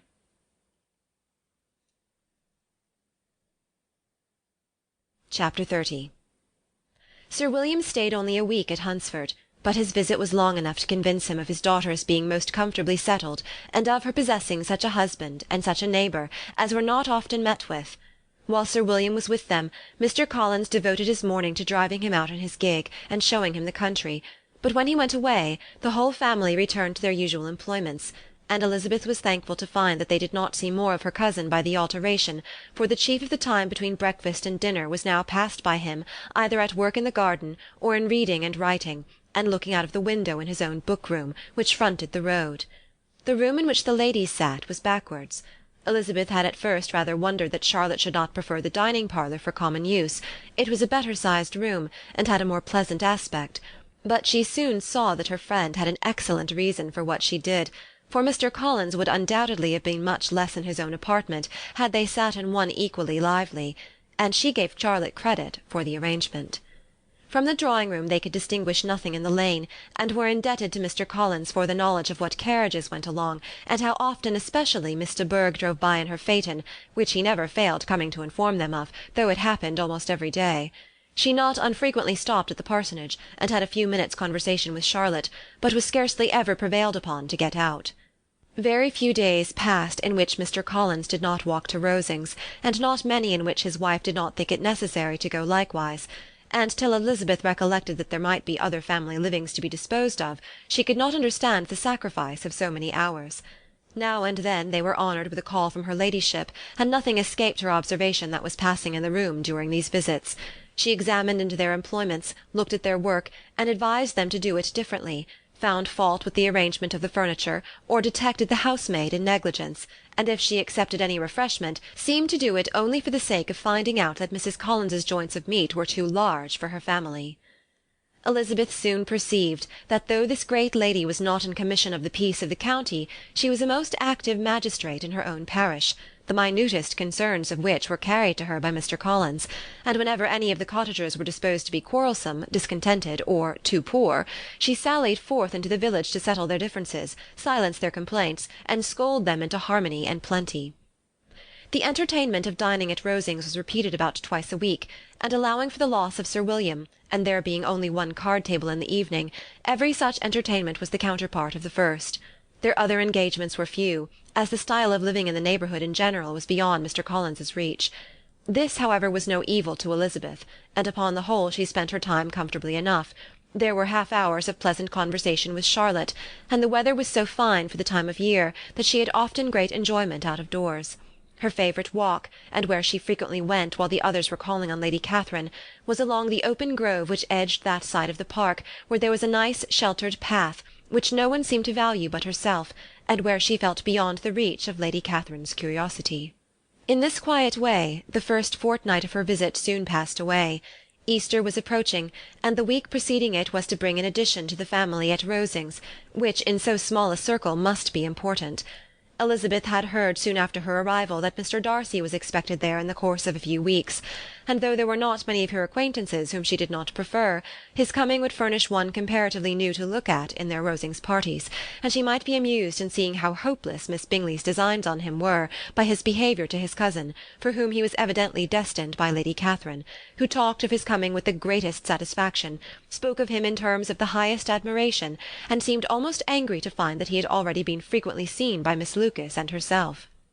His arrival was soon known at the parsonage, for Mr. Collins was walking the whole morning within view of the lodges opening into Hunsford Lane, in order to have the earliest assurance of it, and after making his bow as the carriage turned into the park, hurried home with the great intelligence. On the following morning he hastened to Rosings to pay his respects. There were 2 nephews of Lady Catherine to require them, for Mr. Darcy had brought with him a Colonel Fitzwilliam, the younger son of his uncle, Lord Blank, and to the great surprise of all the party, when Mr. Collins returned, the gentlemen accompanied him. Charlotte had seen them from her husband's room, crossing the road, and immediately running into the other, told the girls what an honour they might expect, adding, "I may thank you, Eliza, for this piece of civility. Mr. Darcy would never have come so soon to wait upon me." Elizabeth had scarcely time to disclaim all right to the compliment before their approach was announced by the door-bell, and shortly afterwards the 3 gentlemen entered the room. Colonel Fitzwilliam, who led the way, was about 30, not handsome, but in person and address most truly the gentleman. Mr. Darcy looked just as he had been used to look in Hertfordshire, paid his compliments, with his usual reserve, to Mrs. Collins, and whatever might be his feelings toward her friend, met her with every appearance of composure. Elizabeth merely curtsied to him, without saying a word. Colonel Fitzwilliam entered into conversation directly with the readiness and ease of a well-bred man, and talked very pleasantly. But his cousin, after having addressed a slight observation on the house and garden to Mrs. Collins, sat for some time without speaking to anybody. At length, however, his civility was so far awakened as to inquire of Elizabeth after the health of her family. She answered him in the usual way, and after a moment's pause added, "My eldest sister has been in town these 3 months. Have you never happened to see her there?" She was perfectly sensible that he never had, but she wished to see whether he would betray any consciousness of what had passed between the Bingleys and Jane, and she thought he looked a little confused as he answered that he had never been so fortunate as to meet Miss Bennet. The subject was pursued no farther, and the gentlemen soon afterwards went away. Chapter 30 Chapter 31 Colonel Fitzwilliam's manners were very much admired at the parsonage, and the ladies all felt that he must add considerably to the pleasures of their engagements at Rosings. It was some days, however, before they received any invitation thither, for while there were visitors in the house they could not be necessary, and it was not till Easter Day, almost a week after the gentlemen's arrival, that they were honoured by such an attention, and then they were merely asked on leaving church to come there in the evening. For the last week they had seen very little of Lady Catherine or her daughter. Colonel Fitzwilliam had called at the parsonage more than once during the time, but Mr. Darcy they had only seen at church. The invitation was accepted, of course, and at a proper hour they joined the party in Lady Catherine's drawing-room. Her ladyship received them civilly, but it was plain that their company was by no means so acceptable as when she could get nobody else, and she was in fact almost engrossed by her nephews, speaking to them, especially to Darcy, much more than to any other person in the room. Colonel Fitzwilliam seemed really glad to see them. Anything was a welcome relief to him at Rosings, and Mrs. Collins's pretty friend had moreover caught his fancy very much. He now seated himself by her, and talked so agreeably of Kent and Hertfordshire, of travelling and staying at home, of new books and music, that Elizabeth had never been half so well entertained in that room before. And they conversed with so much spirit and flow as to draw the attention of Lady Catherine herself, as well as of Mr. Darcy. His eyes had been soon and repeatedly turned towards them with a look of curiosity, and that her ladyship after a while shared the feeling was more openly acknowledged, for she did not scruple to call out, "What is it that you are saying, Fitzwilliam? What is it you are talking of? What are you telling Miss Bennet? Let me hear what it is." "We are speaking of music, madam," said he, when no longer able to avoid a reply. "Of music? Then pray speak aloud. It is of all subjects my delight. I must have my share in the conversation if you are speaking of music. There are few people in England, I suppose, who have more true enjoyment of music than myself, or of a better natural taste. If I had ever learnt, I should have been a great proficient, and so would Anne, if her health had allowed her to apply. I am confident that she would have performed delightfully. How does Georgiana get on, Darcy?" Mr. Darcy spoke with affectionate praise of his sister's proficiency. "I am very glad to hear such a good account of her," said Lady Catherine, "and pray tell her from me that she cannot expect to excel if she does not practise a good deal." "I assure you, madam," he replied, "that she does not need such advice. She practises very constantly." "So much the better. It cannot be done too much, and when I next write to her I shall charge her not to neglect it on any account. I often tell young ladies that no excellence in music is to be acquired without constant practice. I have told Miss Bennet several times that she will never play really well unless she practises more, and though Mrs. Collins has no instrument, she is very welcome, as I have often told her, to come to Rosings every day and play on the pianoforte in Mrs. Jenkinson's room. She would be in nobody's way, you know, in that part of the house." Mr. Darcy looked a little ashamed of his aunt's ill-breeding, and made no answer. When coffee was over, Colonel Fitzwilliam reminded Elizabeth of having promised to play to him, and she sat down directly to the instrument. He drew a chair near her. Lady Catherine listened to half a song, and then talked as before to the other nephew, till the latter walked away from her, and making with his usual deliberation towards the pianoforte, stationed himself so as to command a full view of the fair performer's countenance. Elizabeth saw what he was doing, and at the first convenient pause, turned to him with an arch smile, and said, "You mean to frighten me, Mr. Darcy, by coming in all this state to hear me? I will not be alarmed, though your sister does play so well. There is a stubbornness about me that never can bear to be frightened at the will of others. My courage always rises at every attempt to intimidate me." "I shall not say you are mistaken," he replied, "because you could not really believe me to entertain any design of alarming you, and I have had the pleasure of your acquaintance long enough to know that you find great enjoyment in occasionally professing opinions which in fact are not your own." Elizabeth laughed heartily at this picture of herself, and said to Colonel Fitzwilliam, "Your cousin will give you a very pretty notion of me, and teach you not to believe a word I say. I am particularly unlucky in meeting with a person so able to expose my real character in a part of the world where I had hoped to pass myself off with some degree of credit. Indeed, Mr. Darcy, it is very ungenerous in you to mention all that you knew to my disadvantage in Hertfordshire, and give me leave to say, very impolitic too. for it is provoking me to retaliate, and such things may come out as will shock your relations to hear." "I am not afraid of you," said he, smilingly. "Pray let me hear what you have to accuse him of," cried Colonel Fitzwilliam. "I should like to know how he behaves among strangers." "You shall hear, then, but prepare yourself for something very dreadful. The first time of my ever seeing him in Hertfordshire, you must know, was at a ball, and at this ball what do you think he did? He danced only 4 dances, though gentlemen were scarce, and to my certain knowledge more than one young lady was sitting down in want of a partner. Mr. Darcy, you cannot deny the fact." "I had not at that time the honour of knowing any lady in the assembly beyond my own party." "True, and nobody can ever be introduced in a ball-room. Well, Colonel Fitzwilliam, what do I play next? My fingers await your orders." "Perhaps," said Darcy, "I should have judged better, had I sought an introduction, but I am ill qualified to recommend myself to strangers." "Shall we ask your cousin the reason of this?" said Elizabeth, still addressing Colonel Fitzwilliam. "Shall we ask him why a man of sense and education, and who has lived in the world, is ill qualified to recommend himself to strangers?" "I can answer your question," said Fitzwilliam.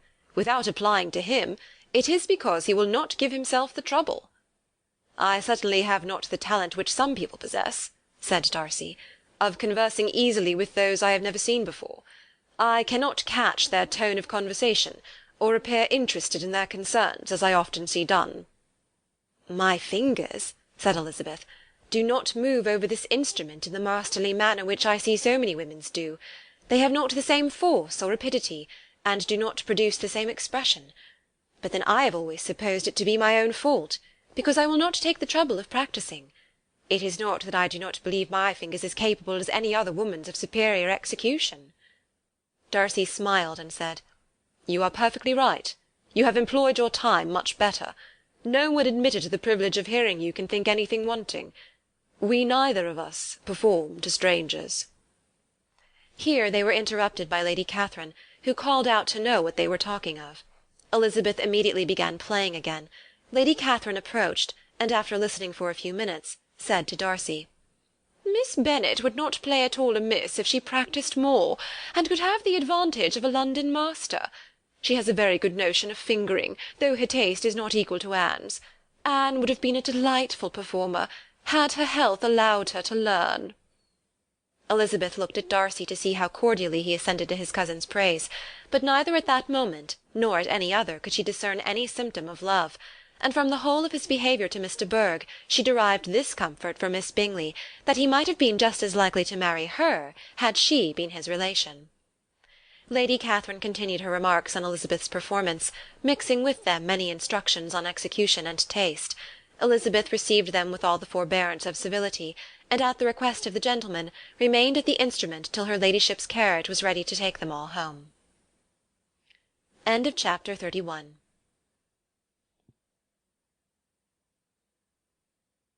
Chapter 32.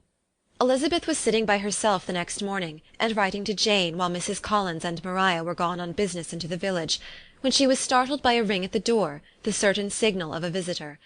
As she had heard no carriage, she thought it not unlikely to be Lady Catherine, and under that apprehension was putting away her half-finished letter that she might escape all impertinent questions, when the door opened, and to her very great surprise, Mr. Darcy, and Mr. Darcy only, entered the room.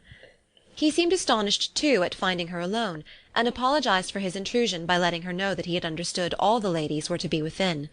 They then sat down, and when her inquiries after Rosings were made, seemed in danger of sinking into total silence. It was absolutely necessary, therefore, to think of something, and in this emergence, recollecting when she had seen him last in Hertfordshire, and feeling curious to know what he would say on the subject of their hasty departure, she observed, "How very suddenly you all quitted Netherfield last November, Mr. Darcy. It must have been a most agreeable surprise to Mr. Bingley to see you all after him so soon, for if I recollect right, he went but the day before. He and his sisters were well, I hope, when you left London?" "Perfectly so, I thank you." She found that she was to receive no other answer, and after a short pause added, "I think I have understood that Mr. Bingley has not much idea of ever returning to Netherfield again."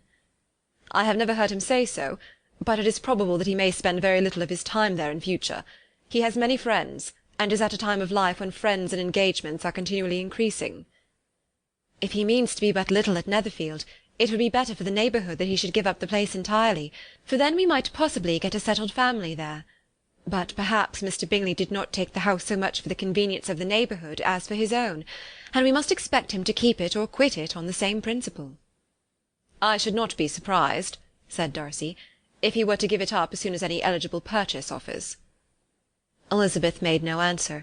She was afraid of talking longer of his friend, and having nothing else to say, was now determined to leave the trouble of finding a subject to him. He took the hint, and soon began with, "This seems a very comfortable house. Lady Catherine, I believe, did a great deal to it when Mr. Collins first came to Hunsford." "I believe she did, and I am sure she could not have bestowed her kindness on a more grateful object." "Mr. Collins appears to be very fortunate in his choice of wife." "Yes, indeed. His friends may well rejoice in his having met with one of the very few sensible women who would have accepted him, or have made him happy if they had. My friend has an excellent understanding, though I am not certain that I consider her marrying Mr. Collins as the wisest thing she ever did. She seems perfectly happy, however, and in a prudential light it is certainly a very good match for her." "It must be very agreeable for her to be settled within so easy distance of her family and friends." "An easy distance, do you call it? It is nearly 50 miles." "And what is 50 miles of good road? Little more than half a day's journey. Yes, I call it a very easy distance." "I should never have considered the distance as one of the advantages of the match," cried Elizabeth. "I should never have said Mrs. Collins was settled near her family." "It is a proof of your own attachment to Hertfordshire. Anything beyond the very neighbourhood of Longbourn, I suppose, would appear far." As he spoke there was a sort of smile which Elizabeth fancied she understood. He must be supposing her to be thinking of Jane and Netherfield, and she blushed as she answered, "I do not mean to say that a woman may not be settled too near her family. The far and the near must be relative, and depend on many varying circumstances. Where there is fortune to make the expenses of travelling unimportant, distance becomes no evil. But that is not the case here. Mr. and Mrs. Collins have a comfortable income, but not such a one as will allow of frequent journeys, and I am persuaded my friend would not call herself near her family under less than half the present distance." Mr. Darcy drew his chair a little towards her, and said, "You cannot have the right to such a very strong local attachment. You cannot have been always at Longbourn." Elizabeth looked surprised. The gentleman experienced some change of feeling. He drew back his chair, took a newspaper from the table, and glancing over it, said in a colder voice, "Are you pleased with Kent?" A short dialogue on the subject of the country ensued, on either side calm and concise, and soon put an end to by the entrance of Charlotte and her sister, just returned from her walk. The tête-à-tête surprised them. Mr. Darcy related the mistake which had occasioned his intruding on Miss Bennet, and after sitting a few minutes longer without saying much to anybody, went away. "What can be the meaning of this?" said Charlotte, as soon as he was gone. "My dear Eliza, he must be in love with you, or he would never have called on us in this familiar way." But when Elizabeth told of his silence, it did not seem very likely, even to Charlotte's wishes, to be the case, and after various conjectures they could at last only suppose his visit to proceed from the difficulty of finding anything to do, which was the more probable from the time of year. All field sports were over. Within doors there was Lady Catherine, books, and a billiard table, but a gentleman cannot always be within doors, and in the nearness of the parsonage, or the pleasantness of the walk to it, or of the people who lived in it, the two cousins found a temptation from this period of walking thither almost every day. They called at various times of the morning, sometimes separately, sometimes together, and now and then accompanied by their aunt. It was plain to them all that Colonel Fitzwilliam came because he had pleasure in their society, a persuasion which of course recommended him still more, and Elizabeth was reminded by her own satisfaction in being with him, as well as by his evident admiration of her former favourite George Wickham, and though in comparing them she saw there was less captivating softness in Colonel Fitzwilliam's manners, she believed he might have the best informed mind. But why Mr. Darcy came so often to the parsonage it was more difficult to understand. It could not be for society, as he frequently sat there 10 minutes together without opening his lips, and when he did speak it seemed the effect of necessity rather than of choice, a sacrifice to propriety, not a pleasure to himself. He seldom appeared really animated. Mrs. Collins knew not what to make of him.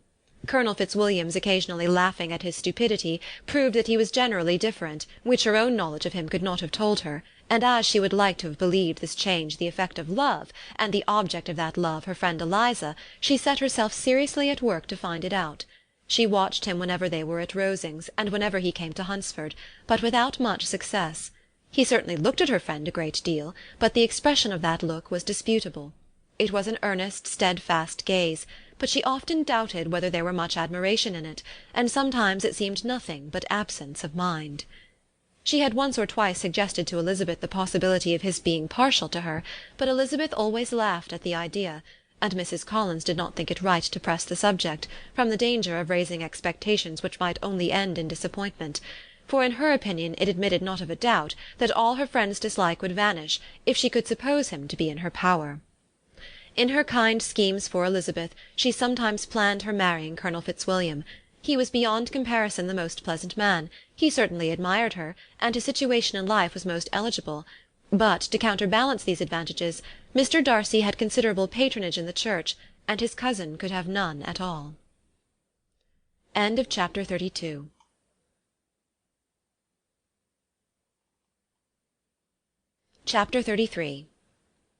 More than once did Elizabeth, in her ramble within the park, unexpectedly meet Mr. Darcy.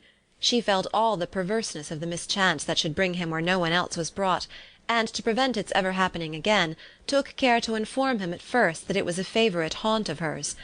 How it could occur a second time, therefore, was very odd. Yet it did, and even a third. It seemed like wilful ill-nature, or a voluntary penance, for on these occasions it was not merely a few formal inquiries and an awkward pause and then away, but he actually thought it necessary to turn back and walk with her. He never said a good deal, nor did she give herself the trouble of talking or of listening much, but it struck her in the course of their third rencontre that he was asking some odd unconnected questions, about her pleasure in being at Hunsford, her love of solitary walks, and her opinion of Mr. and Mrs. Collins's happiness, and that in speaking of Rosings, and her not perfectly understanding the house, he seemed to expect that whenever she came into Kent again she would be staying there too. His words seemed to imply it. Could he have Colonel Fitzwilliam in his thoughts? She supposed if he meant anything he must mean an allusion to what might arise in that quarter. It distressed her a little, and she was quite glad to find herself at the gate in the pales opposite the parsonage. She was engaged one day as she walked in perusing Jane's last letter, and dwelling on some passages which proved that Jane had not written in spirits, when, instead of being again surprised by Mr. Darcy, she saw on looking up that Colonel Fitzwilliam was meeting her. Putting away her letter immediately, and forcing a smile, she said, "I did not know before that you ever walked this way." "I have been making the tour of the park," he replied, "as I generally do every year, and intend to close it with a call at the parsonage. Are you going much further?" "No, I should have turned in a moment." And accordingly she did turn, and they walked towards the parsonage together. "Do you suddenly leave Kent on Saturday?" she said. "Yes, if Darcy does not put it off again, but I am at his disposal. He arranges the business just as he pleases." "And if not able to please himself in the arrangement, he has at least pleasure in the great power of choice. I do not know anybody who seems more to enjoy the power of doing what he likes than Mr. Darcy." "He likes to have his own way very well," replied Colonel Fitzwilliam, "but so we all do. It is only that he has better means of having it than many others, because he is rich, and many others are poor. I speak feelingly. A younger son, you know, must be inured to self-denial and dependence." "In my opinion the younger son of an earl can know very little of either. Now seriously, what have you ever known of self-denial and dependence? When have you been prevented by want of money from going wherever you chose, or procuring anything you had a fancy for?" "These are home questions, and perhaps I cannot say that I have experienced many hardships of that nature. But in matters of greater weight I may suffer from want of money. Younger sons cannot marry where they like." "Unless where they like women of fortune, which I think very often they do." "Our habits of expense make us too dependent, and there are not many in my rank of life who can afford to marry without some attention to money." "Is this," thought Elizabeth, "meant for me?" And she coloured at the idea, but recovering herself, said in a lively tone, "And pray what is the usual price of an earl's younger son? Unless the elder brother is very sickly, I suppose you would not ask above 50,000 pounds." He answered her in the same style, and the subject dropped. To interrupt a silence which might make him fancy her affected with what had passed, she soon afterwards said, "I imagine your cousin brought you down with him chiefly for the sake of having some one at his disposal. I wonder he does not marry, to secure a lasting convenience of that kind. But perhaps his sister does as well for the present, and as she is under his sole care, he may do what he likes with her." "No," said Colonel Fitzwilliam, "that is an advantage which he must divide with me. I am joined with him in the guardianship of Miss Darcy." "Are you indeed? And pray what sort of guardians do you make? Does your charge give you much trouble? Young ladies of her age are sometimes a little difficult to manage, and if she has the true Darcy spirit, she may like to have her own way." As she spoke, she observed him looking at her earnestly, and the manner in which he immediately asked her why she supposed Miss Darcy likely to give them any uneasiness, convinced her that she had somehow or other got pretty near the truth. She directly replied, "You need not be frightened. I never heard any harm of her, and I dare say she is one of the most tractable creatures in the world. She is a very great favourite with some ladies of my acquaintance, Mrs. Hurst and Miss Bingley. I think I have heard you say that you know them." "I know them a little. Their brother is a pleasant, gentlemanlike man. He is a great friend of Darcy's." "Oh, yes," said Elizabeth dryly. "Mr. Darcy is uncommonly kind to Mr. Bingley, and takes a prodigious deal of care of him." "Care of him? Yes, I really believe Darcy does take care of him in those points where he most wants care. From something that he told me in our journey hither, I have reason to think Bingley very much indebted to him. But I ought to beg his pardon, for I have no right to suppose that Bingley was the person meant. It was all conjecture." "What is it you mean?" "It is a circumstance which Darcy could not wish to be generally known, because if it were to get round to the lady's family it would be an unpleasant thing." "You may depend upon my not mentioning it." "And remember that I have not much reason for supposing it to be Bingley. What he told me was merely this, that he congratulated himself on having lately saved a friend from the inconveniences of a most imprudent marriage, but without mentioning names or any other particulars, and I only suspected it to be Bingley from believing him the kind of young man to get into a scrape of that sort, and from knowing them to have been together the whole of last summer." "Did Mr. Darcy give you reasons for this interference?" "I understood that there are some very strong objections against the lady." "And what arts did he use to separate them?" "He did not talk to me of his own arts," said Fitzwilliam, smiling. "He only told me what I have told you now." Elizabeth made no answer, and walked on, her heart swelling with indignation. After watching her a little, Fitzwilliam asked her why she was so thoughtful. "I am thinking of what you have been telling me," said she. "Your cousin's conduct does not suit my feelings. Why was he to be the judge?" "You are rather disposed to call his interference officious?" "I do not see what right Mr. Darcy had to decide on the propriety of his friend's inclination, or why upon his own judgment alone he was to determine and direct in what manner his friend was to be happy. But," she continued, recollecting herself, "as we know none of the particulars, it is not fair to condemn him. It is not to be supposed that there was much affection in the case."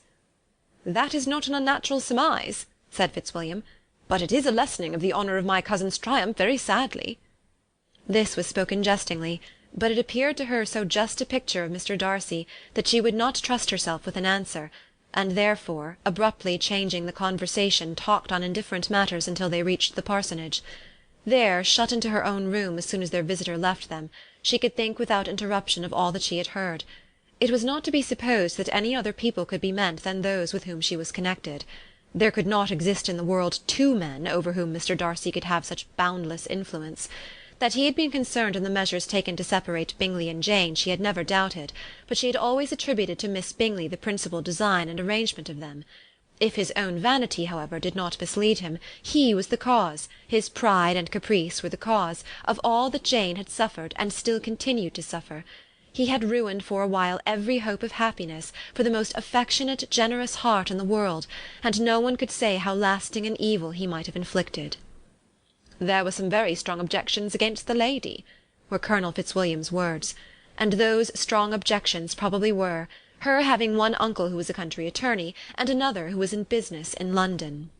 "To Jane herself," she exclaimed, "there could be no possibility of objection, all loveliness and goodness as she is, her understanding excellent, her mind improved, and her manners captivating. Neither could anything be urged against my father, who, though with some peculiarities, has abilities Mr. Darcy himself need not disdain, and respectability which he will probably never reach." When she thought of her mother, her confidence gave way a little, but she would not allow that any objections there had material weight with Mr. Darcy, whose pride, she was convinced, would receive a deeper wound from the want of importance in his friends' connections than from their want of sense, and she was quite decided at last that he had been partly governed by this worst kind of pride, and partly by the wish of retaining Mr. Bingley for his sister.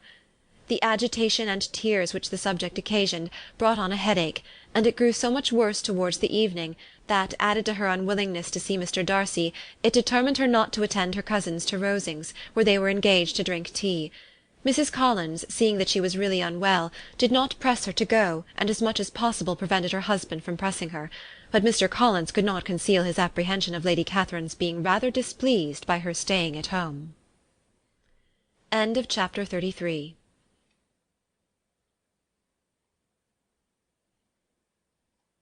Chapter 34. When they were gone, Elizabeth, as if intending to exasperate herself as much as possible against Mr. Darcy, chose for her employment the examination of all the letters which Jane had written to her since her being in Kent. They contained no actual complaint, nor was there any revival of past occurrences, or any communication of present suffering; but in all, and in almost every line of each, there was a want of that cheerfulness which had been used to characterize her style, and which, proceeding from the serenity of a mind at ease with itself, and kindly disposed towards every one, had been scarcely ever clouded. Elizabeth noticed every sentence conveying the idea of uneasiness, with an attention which it had hardly received on the first perusal.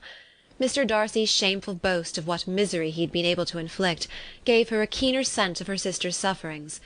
It was some consolation to think that his visit to Rosings was to end on the day after the next, and a still greater, that in less than a fortnight she should herself be with Jane again, and enabled to contribute to the recovery of her spirits by all that affection could do.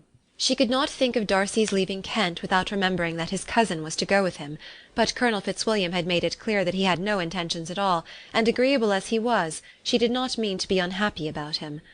While settling this point, she was suddenly roused by the sound of the door-bell, and her spirits were a little fluttered by the idea of its being Colonel Fitzwilliam himself, who had once before called late in the evening, and might now come to inquire particularly after her. But the idea was soon banished, and her spirits were very differently affected, when, to her utter amazement, she saw Mr. Darcy walk into the room. In an hurried manner he immediately began an inquiry after her health, imputing his visit to a wish of hearing that she were better. She answered him with cold civility. He sat down for a few moments, and then getting up, walked about the room. Elizabeth was surprised, but said not a word. After a silence of several minutes, he came towards her in an agitated manner, and thus began. "In vain I have struggled. It will not do. My feelings will not be repressed.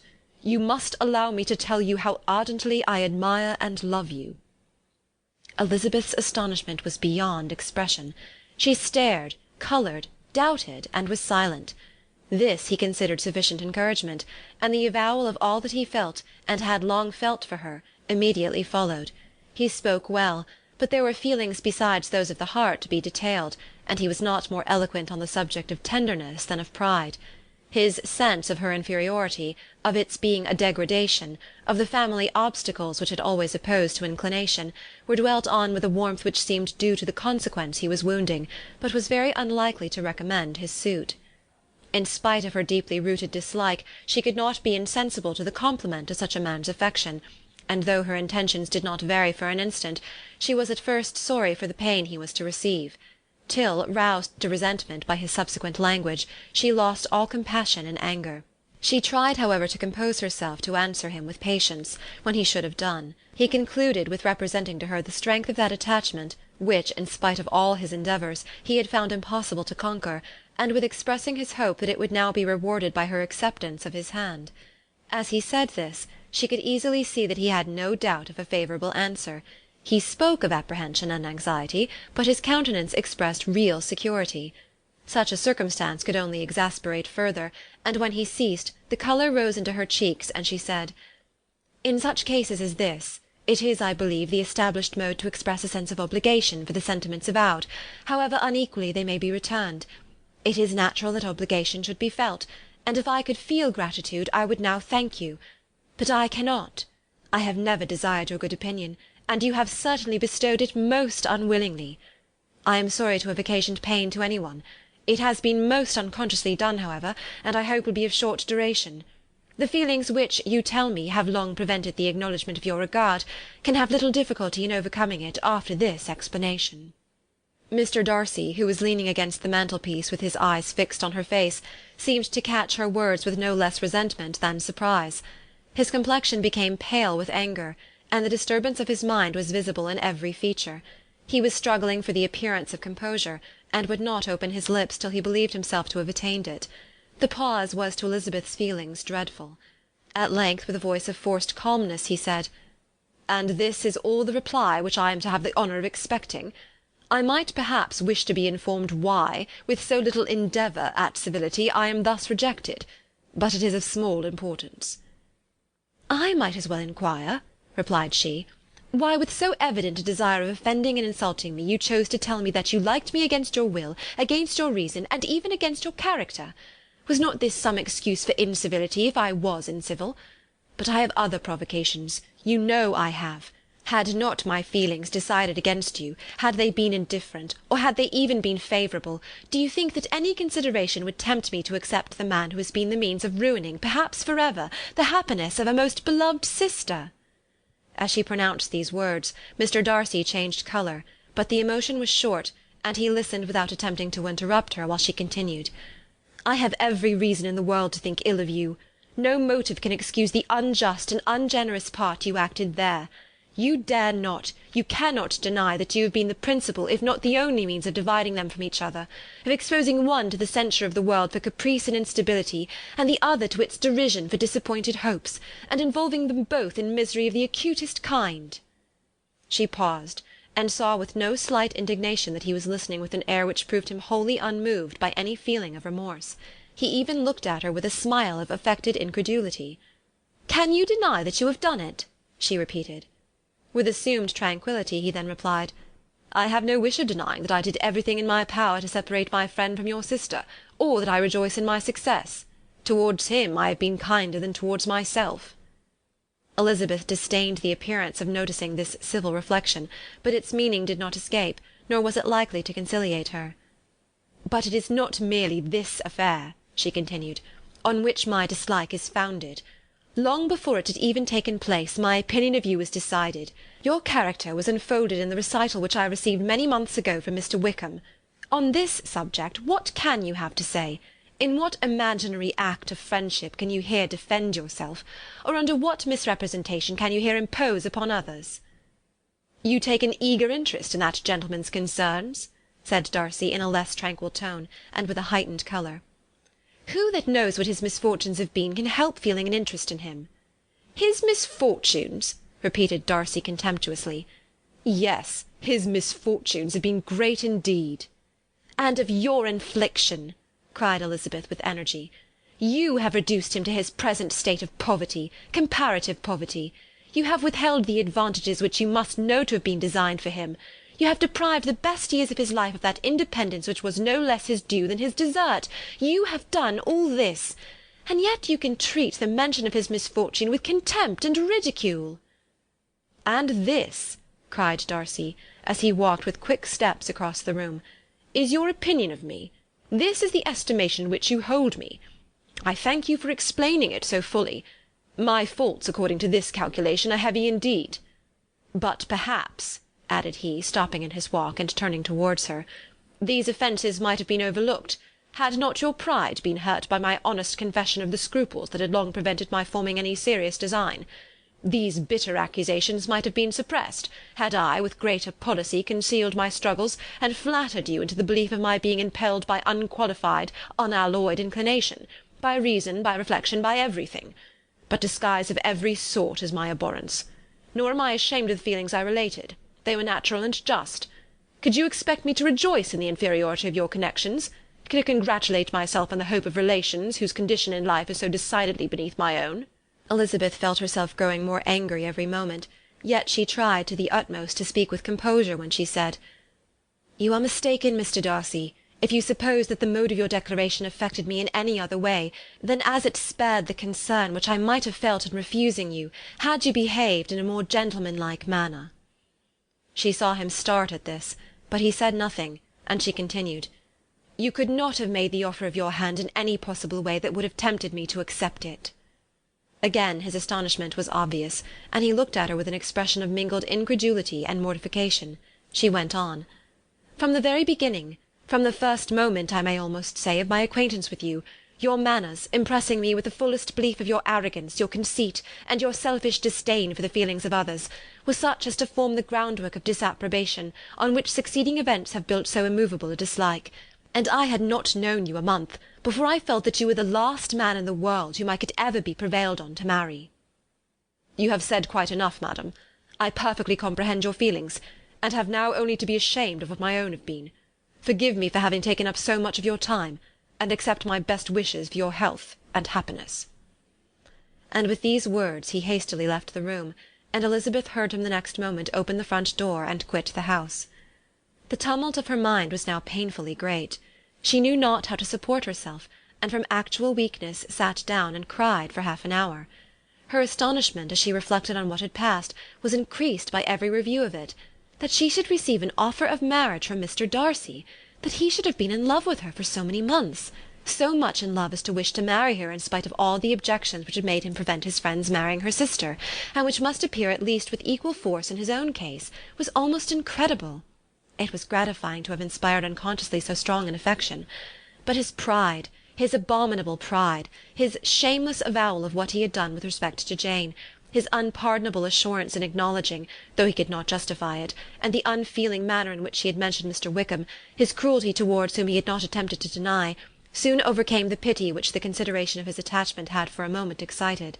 She continued in very agitated reflections, till the sound of Lady Catherine's carriage made her feel how unequal she was to encounter Charlotte's observation, and hurried her away to her room. Chapter 35.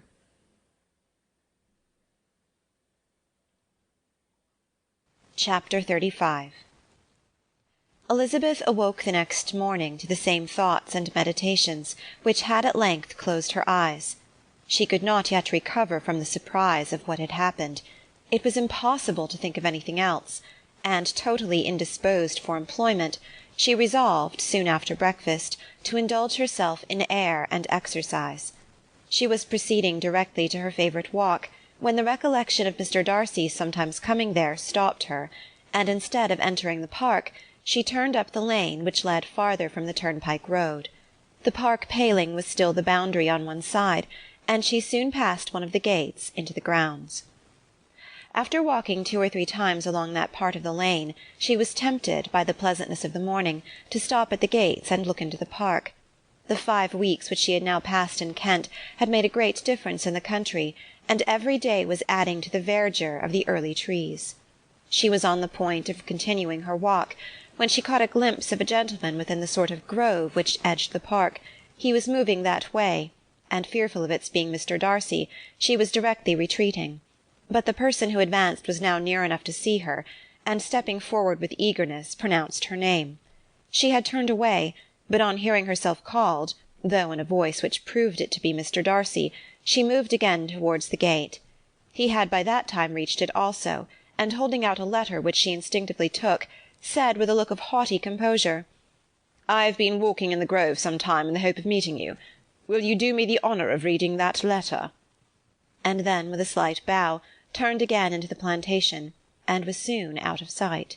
With no expectation of pleasure, but with the strongest curiosity, Elizabeth opened the letter, and to her still increasing wonder, perceived an envelope containing 2 sheets of letter-paper, written quite through in a very close hand. The envelope itself was likewise full. Pursuing her way along the lane, she then began it. It was dated from Rosings at 8 o'clock in the morning, and was as follows: "Be not alarmed, madam, on receiving this letter, by the apprehension of its containing any repetition of those sentiments or renewal of those offers which were last night so disgusting to you. I write without any intention of paining you, or humbling myself, by dwelling on wishes which, for the happiness of both, cannot be too soon forgotten, and the effort which the formation and perusal of this letter must occasion should have been spared, had not my character required it to be written and read. You must, therefore, pardon the freedom with which I demand your attention. Your feelings, I know, will bestow it unwillingly, but I demand it of your justice. 2 offences of a very different nature, and by no means of equal magnitude, you last night laid to my charge. The first mentioned was, that regardless of the sentiments of either, I had detached Mr. Bingley from your sister, and the other, that I had, in defiance of various claims, in defiance of honour and humanity, ruined the immediate prosperity and blasted the prospects of Mr. Wickham.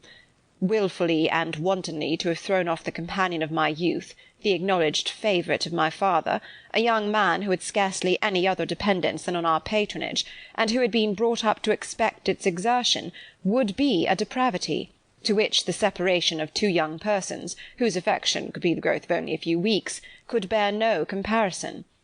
But from the severity of that blame which was last night so liberally bestowed, respecting each circumstance, I shall hope to be in the future secured, when the following account of my actions and their motives has been read. If, in the explanation of them, which is due to myself, I am under the necessity of relating feelings which may be offensive to yours, I can only say that I am sorry. The necessity must be obeyed, and further apology would be absurd. I had not long been in Hertfordshire before I saw, in common with others, that Bingley preferred your elder sister to any other young woman in the country. But it was not till the evening of the dance at Netherfield that I had any apprehension of his feeling a serious attachment. I had often seen him in love before. At that ball, while I had the honour of dancing with you, I was first made acquainted, by Sir William Lucas's accidental information, that Bingley's attentions to your sister had given rise to a general expectation of their marriage. He spoke of it as a certain event of which the time alone could be undecided. From that moment I observed my friend's behaviour attentively, and I could then perceive that his partiality for Miss Bennet was beyond what I had ever witnessed in him. Your sister I also watched. Her look and manners were open, cheerful, and engaging as ever, but without any symptom of peculiar regard, and I remained convinced from the evening's scrutiny that though she received his attentions with pleasure, she did not invite them by any participation of sentiment. If you have not been mistaken here, I must have been in error. Your superior knowledge of your sister must make the latter probable. If it be so, if I have been misled by such error to inflict pain on her, your resentment has not been unreasonable. But I shall not scruple to assert that the serenity of your sister's countenance and air was such as might have given the most acute observer a conviction that, however amiable her temper, her heart was not likely to be easily touched.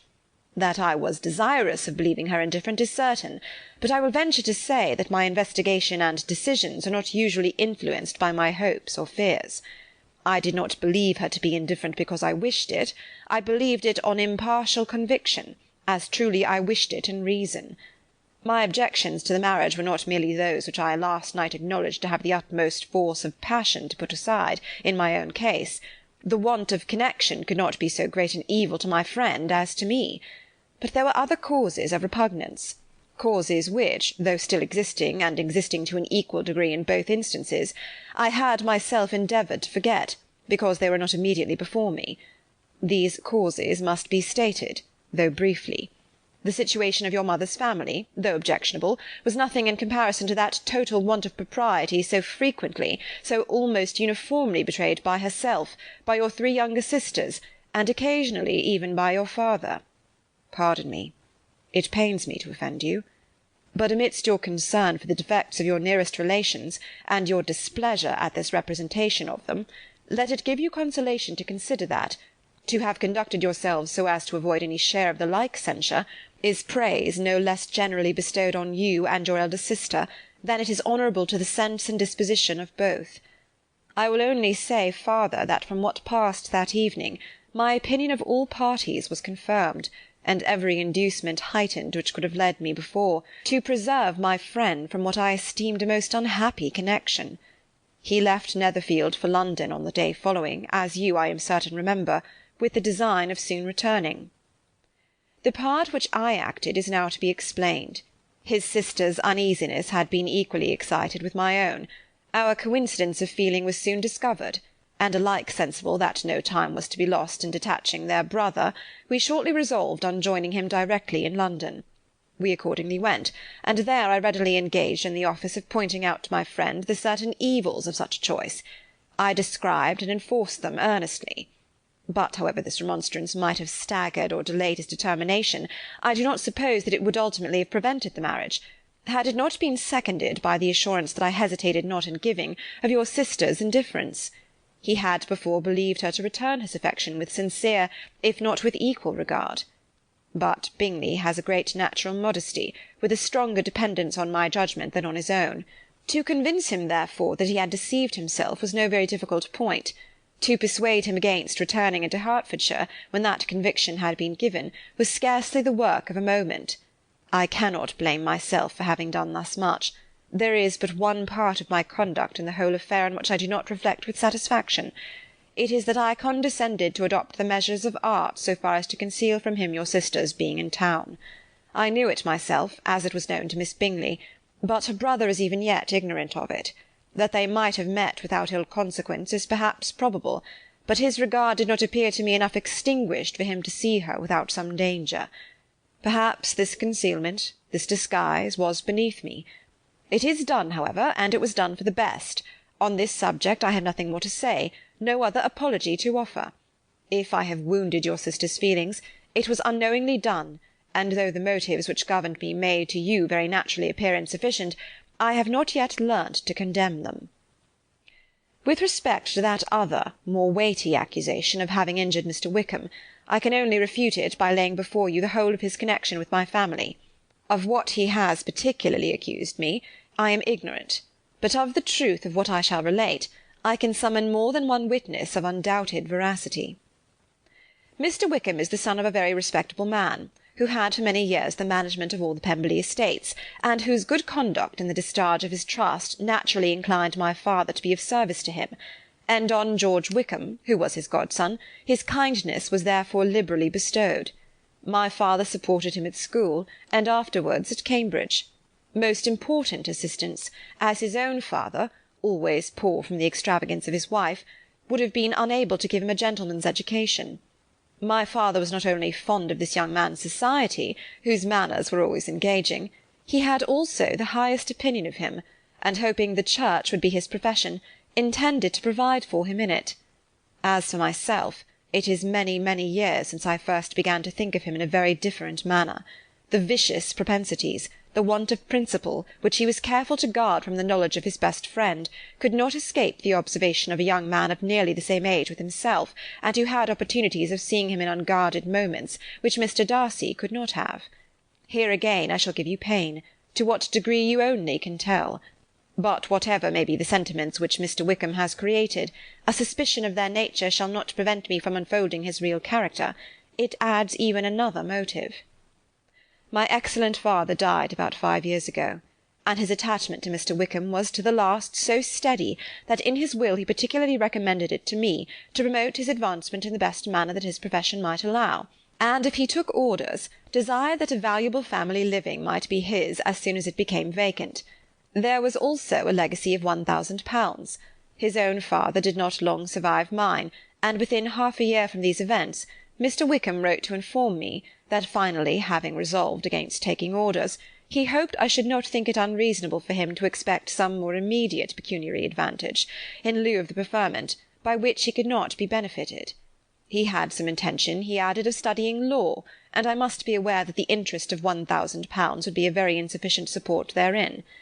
I rather wished than believed him to be sincere, but at any rate was perfectly ready to accede to his proposal. I knew that Mr. Wickham ought not to be a clergyman. The business was therefore soon settled. He resigned all claim to assistance in the church, were it possible that he could ever be in a situation to receive it, and accepted in return £3,000. All connection between us seemed now dissolved. I thought too ill of him to invite him to Pemberley, or admit his society in town. In town I believe he chiefly lived, but his studying the law was a mere pretence, and being now free from all restraint, his life was a life of idleness and dissipation. For about 3 years I heard little of him, but on the decease of the incumbent of the living which had been designed for him, he applied to me again by letter for the presentation. His circumstances, he assured me, and I had no difficulty in believing it, were exceedingly bad. He had found the law a most unprofitable study, and was now absolutely resolved on being ordained if I would present him to the living in question, of which he trusted there could be little doubt, as he was well assured that I had no other person to provide for, and I could not have forgotten my revered father's intentions. You will hardly blame me for refusing to comply with this entreaty, or for resisting every repetition to it. His resentment was in proportion to the distress of his circumstances, and he was doubtless as violent in his abuse of me to others as in his reproaches to myself. After this period every appearance of acquaintance was dropped. How he lived I know not, but last summer he was again most painfully obtruded on my notice. I must now mention a circumstance which I would wish to forget myself, and which no obligation less than the present should induce me to unfold to any human being.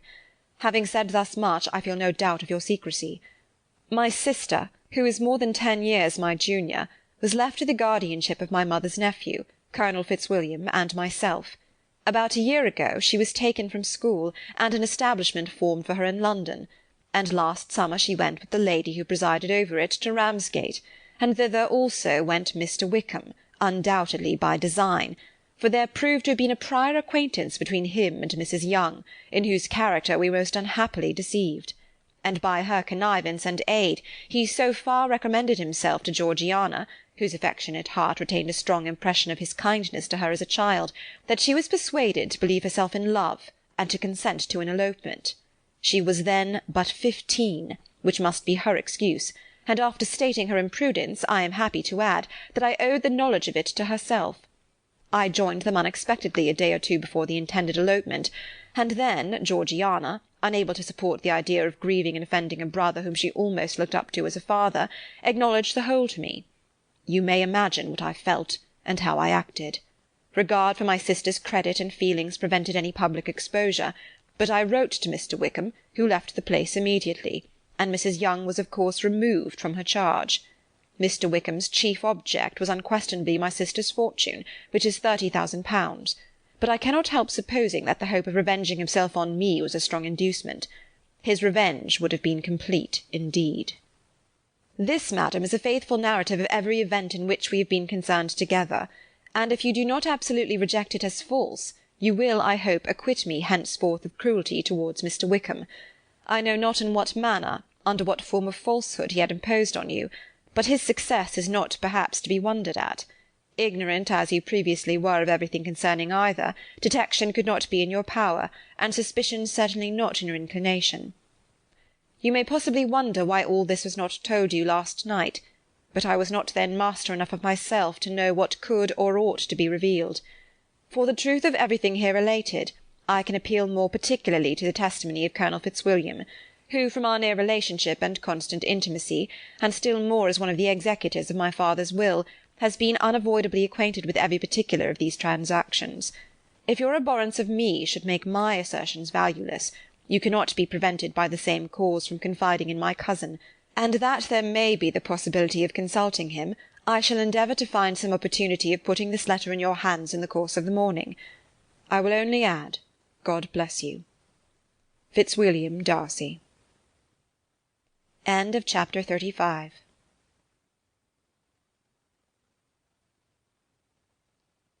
Chapter 36.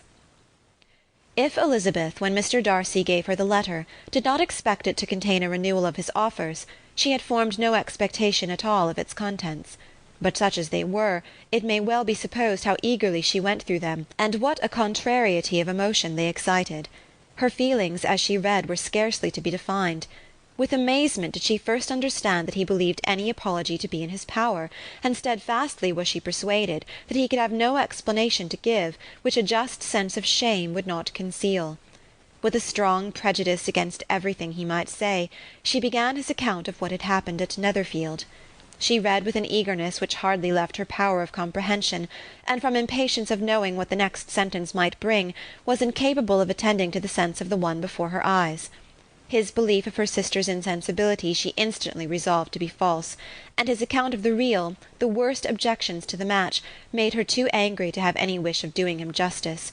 He expressed no regret for what he had done which satisfied her. His style was not penitent, but haughty. It was all pride and insolence. But when this subject was succeeded by his account of Mr. Wickham, when she read with somewhat clearer attention a relation of events which, if true, must overthrow every cherished opinion of his worth, and which bore so alarming an affinity to his own history of himself, her feelings were yet more acutely painful and more difficult of definition. Astonishment, apprehension, and even horror oppressed her. She wished to discredit it entirely, repeatedly exclaiming, "This must be false! This cannot be! This must be the grossest falsehood!" And when she had gone through the whole letter, though scarcely knowing anything of the last page or two, put it hastily away, protesting that she would not regard it, that she would never look in it again. In this perturbed state of mind, with thoughts that could not rest on anything, she walked on, but it would not do. In half a minute the letter was unfolded again, and collecting herself as well as she could, she again began the mortifying perusal of all that related to Wickham, and commanded herself so far as to examine the meaning of every sentence. The account of his connection with the Pemberley family was exactly what he had related himself, and the kindness of the late Mr. Darcy, though she had not before known its extent, agreed equally well with his own words. So far each recital confirmed the other, but when she came to the will, the difference was great. What Wickham had said of the living was fresh in her memory, and as she recalled his very words, it was impossible not to feel that there was gross duplicity on one side or the other, and for a few moments she flattered herself that her wishes did not err. But when she read and re-read with the closest attention the particulars immediately following of Wickham's resigning all pretences to the living, of his receiving in lieu so considerable a sum as £3,000, again was she forced to hesitate. She put down the letter, weighed every circumstance with what she meant to be impartiality, deliberated on the probability of each statement, but with little success. On both sides it was only assertion. Again she read on, but every line proved more clearly that the affair, which she had believed it impossible that any contrivance could so represent as to render Mr. Darcy's conduct in it less than infamous, was capable of a turn which must make him entirely blameless throughout the whole. The extravagance and general profligacy which he scrupled not to lay at Mr. Wickham's charge exceedingly shocked her, the more so as she could bring no proof of its injustice. She had never heard of him before his entrance into the Blankshire militia, in which he had engaged at the persuasion of the young man who, on meeting him accidentally in town, had there renewed a slight acquaintance. Of his former way of life nothing had been known in Hertfordshire but what he told himself. As to his real character, had information been in her power, she had never felt a wish of inquiring. His countenance, voice, and manner had established him at once in the possession of every virtue. She tried to recollect some instance of goodness, some undistinguished trait of integrity or benevolence, that might rescue him from the attacks of Mr. Darcy, or at least, by the predominance of virtue, atone for those casual errors under which she would endeavour to class what Mr. Darcy had described as the idleness and vice of many years' continuance. But no such recollection befriended her. She could see him instantly before her, in every charm of air and address, but she could remember no more substantial good than the general approbation of the neighbourhood, and the regard which his social powers had gained him in the mess. After pausing on this point a considerable while, she once more continued to read. But alas! the story which followed, of his designs on Miss Darcy, received some confirmation from what had passed between Colonel Fitzwilliam and herself only the morning before, and at last she was referred for the truth of every particular to Colonel Fitzwilliam himself, from whom she had previously received the information of his near concern in all his cousin's affairs, and whose character she had no reason to question. At one time she had almost resolved on applying to him, but the idea was checked by the awkwardness of the application, and at length wholly banished by the conviction that Mr. Darcy would never have hazarded such a proposal if he had not been well assured of his cousin's corroboration. She perfectly remembered everything that had passed in conversation between Wickham and herself, in their first evening at Mr. Phillips's. Many of his expressions were still fresh in her memory. She was now struck with the impropriety of such communications to a stranger, and wondered it had escaped her before. She saw the indelicacy of putting himself forward as he had done, and the inconsistency of his professions with his conduct. She remembered that he had boasted of having no fear of seeing Mr. Darcy, that Mr. Darcy might leave the country, but that he should stand his ground. Yet he had avoided the Netherfield ball the very next week. She remembered also that, till the Netherfield family had quitted the country, he had told his story to no one but herself, and that after their removal it had been everywhere discussed, that he had then no reserves, no scruples in sinking Mr. Darcy's character, though he had assured her that respect for the father would always prevent his exposing the son. How differently did everything now appear in which he was concerned! His attentions to Miss King were now the consequence of views solely and hatefully mercenary, and the mediocrity of her fortune proved no longer the moderation of his wishes, but his eagerness to grasp at anything. His behaviour to herself could now have had no tolerable motive. He had either been deceived with regard to her fortune, or had been gratifying his vanity by encouraging the preference which she believed she had most incautiously shown.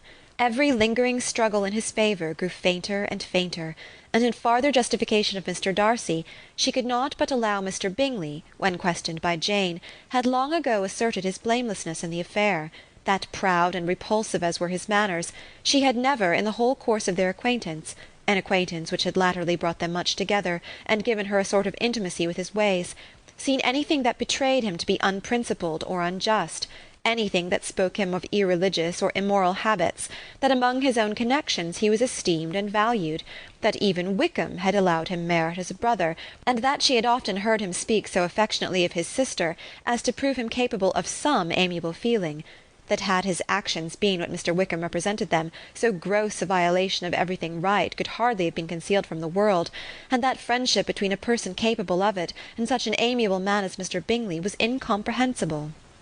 She grew absolutely ashamed of herself.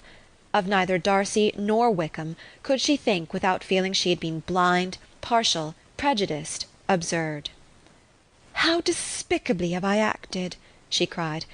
"I who prided myself on my discernment, I who have valued myself on my abilities, who have often disdained the generous candour of my sister, and gratified my vanity in useless or blameable mistrust.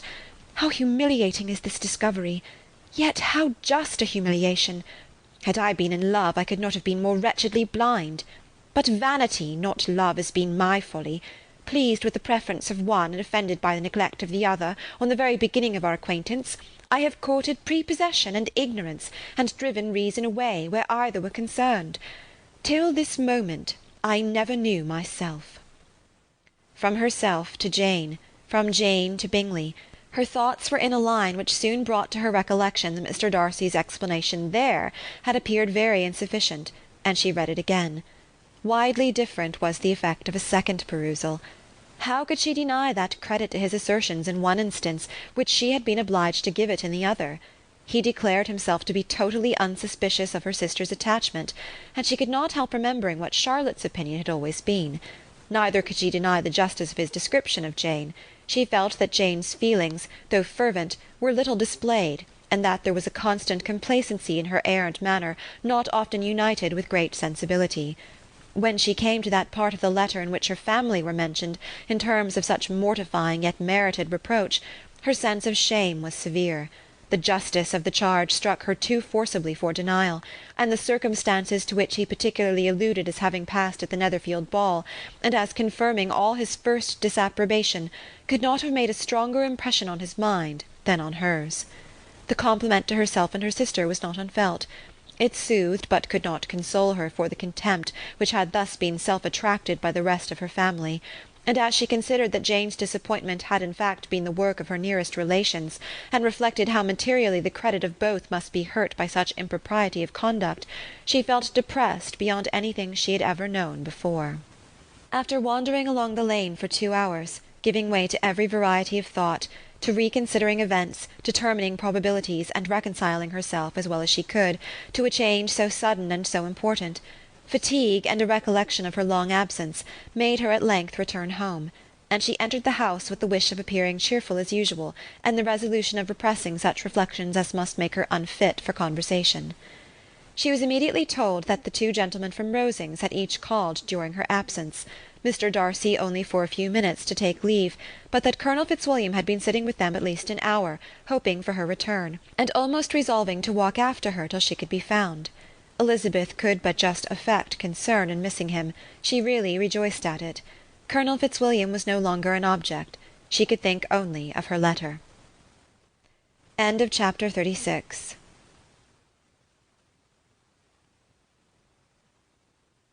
Chapter 37. The 2 gentlemen left Rosings the next morning, and Mr. Collins, having been in waiting near the lodges to make them his parting obeisance, was able to bring home the pleasing intelligence of their appearing in very good health, and in as tolerable spirits as could be expected after the melancholy scene so lately gone through at Rosings. To Rosings he then hastened, to console Lady Catherine and her daughter, and on his return brought back, with great satisfaction, a message from her ladyship, importing that she felt herself so dull as to make her very desirous of having them all to dine with her. Elizabeth could not see Lady Catherine without recollecting that, had she chosen it, she might by this time have been presented to her as her future niece, nor could she think, without a smile, of what her ladyship's indignation would have been. What would she have said? How would she have behaved? Were questions with which she amused herself. Their first subject was the diminution of the Rosings party. "I assure you I feel it exceedingly," said Lady Catherine. "I believe no one feels the loss of friends so much as I do. But I am particularly attached to these young men, and know them to be so much attached to me. They were excessively sorry to go, but so they always are. The dear Colonel rallied his spirits tolerably till just at last, but Darcy seemed to feel it most acutely, more, I think, than last year. His attachment to Rosings certainly increases." Mr. Collins had a compliment and an allusion to throw in here, which were kindly smiled on by the mother and daughter. Lady Catherine observed after dinner that Miss Bennet seemed out of spirits, and immediately accounting for it by herself, by supposing that she did not like to go home again so soon, she added, "But if that is the case, you must write to your mother and beg that you may stay a little longer. Mrs. Collins will be very glad of your company, I am sure." "I am much obliged to your ladyship for your kind invitation," replied Elizabeth, "but it is not in my power to accept it. I must be in town next Saturday." "Why, at that rate you will have been here only 6 weeks. I expected you to stay 2 months. I told Mrs. Collins so before you came. There can be no occasion for your going so soon. Mrs. Bennet could certainly spare you for another fortnight." "But my father cannot. He wrote last week to hurry my return." "Oh, your father, of course, may spare you if your mother can. Daughters are never of so much consequence to a father. And if you will stay another month complete, it will be in my power to take one of you as far as London, for I am going there in early June, for a week, and as Dawson does not object to the barouche box, there will be very good room for one of you. And indeed, if the weather should happen to be cool, I should not object to taking you both, as you are neither of you large." "You are all kindness, madam, but I believe we must abide by our original plan." Lady Catherine seemed resigned. "Mrs. Collins, you must send a servant with them. You know I always speak my mind, and I cannot bear the idea of 2 young women travelling post by themselves. It is highly improper. You must contrive to send somebody. I have the greatest dislike in the world to that sort of thing. Young women should always be properly guarded and attended, according to their situation in life. When my niece Georgiana went to Ramsgate last summer, I made a point of her having 2 men-servants to go with her. Miss Darcy, the daughter of Mr. Darcy of Pemberley, and Lady Anne, could not have appeared with propriety in a different manner. I am excessively attentive to all those things. You must send John with the young ladies, Mrs. Collins. I am glad it occurred to me to mention it, for it would really be discreditable to you to let them go alone." "My uncle is to send a servant for us." "Oh, your uncle? He keeps a man-servant, does he? I am very glad you have somebody who thinks of these things. Where shall you change horses? Oh, Bromley, of course. If you mention my name at the bell, you will be attended to." Lady Catherine had many other questions to ask respecting their journey, and as she did not answer them all herself, attention was necessary, which Elizabeth believed to be lucky for her, or with a mind so occupied she might have forgotten where she was. Reflection must be reserved for solitary hours. Whenever she was alone she gave way to it as the greatest relief, and not a day went by without a solitary walk, in which she might indulge in all the delight of unpleasant recollections. Mr. Darcy's letter she was in a fair way of soon knowing by heart. She studied every sentence, and her feelings towards its writer were at times widely different. When she remembered the style of his address, she was still full of indignation, but when she considered how unjustly she had condemned and upbraided him, her anger was turned against herself, and his disappointed feelings became the object of compassion.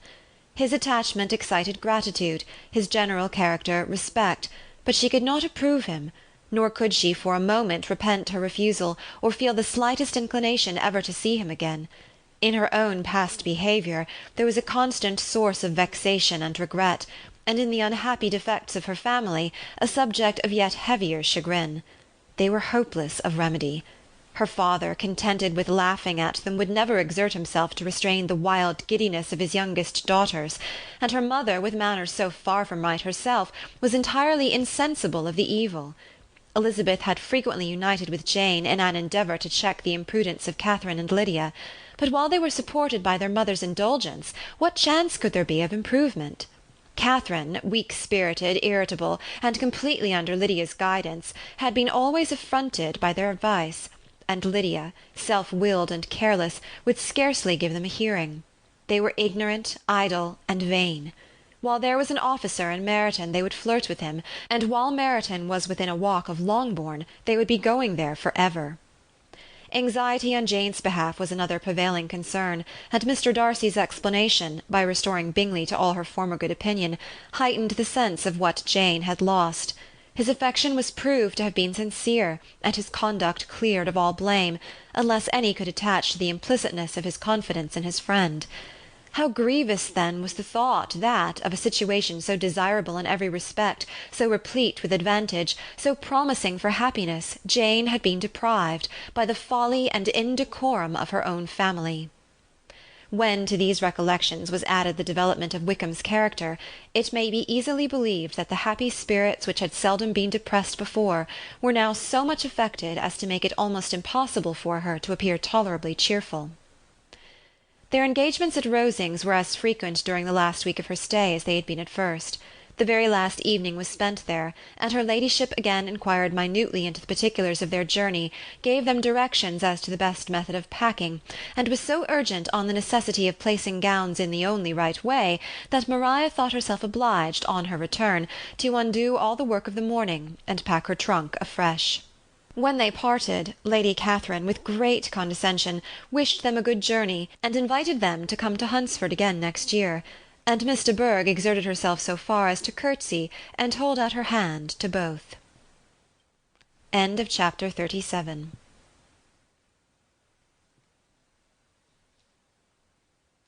Chapter 38.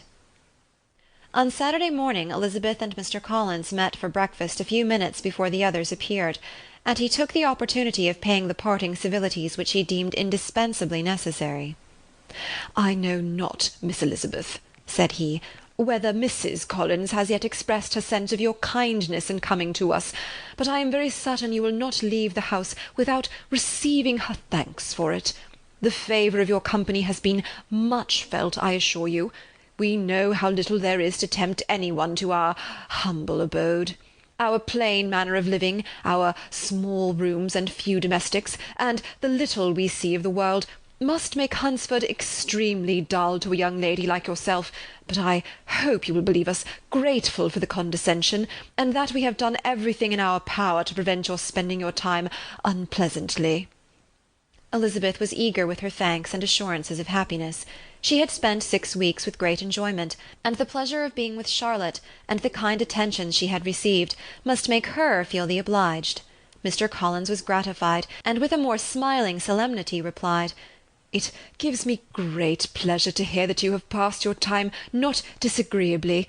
We have certainly done our best, and most fortunately having it in our power to introduce you to very superior society, and from our connection with Rosings, the frequent means of varying the humble home scene, I think we may flatter ourselves that your Hunsford visit cannot have been entirely irksome.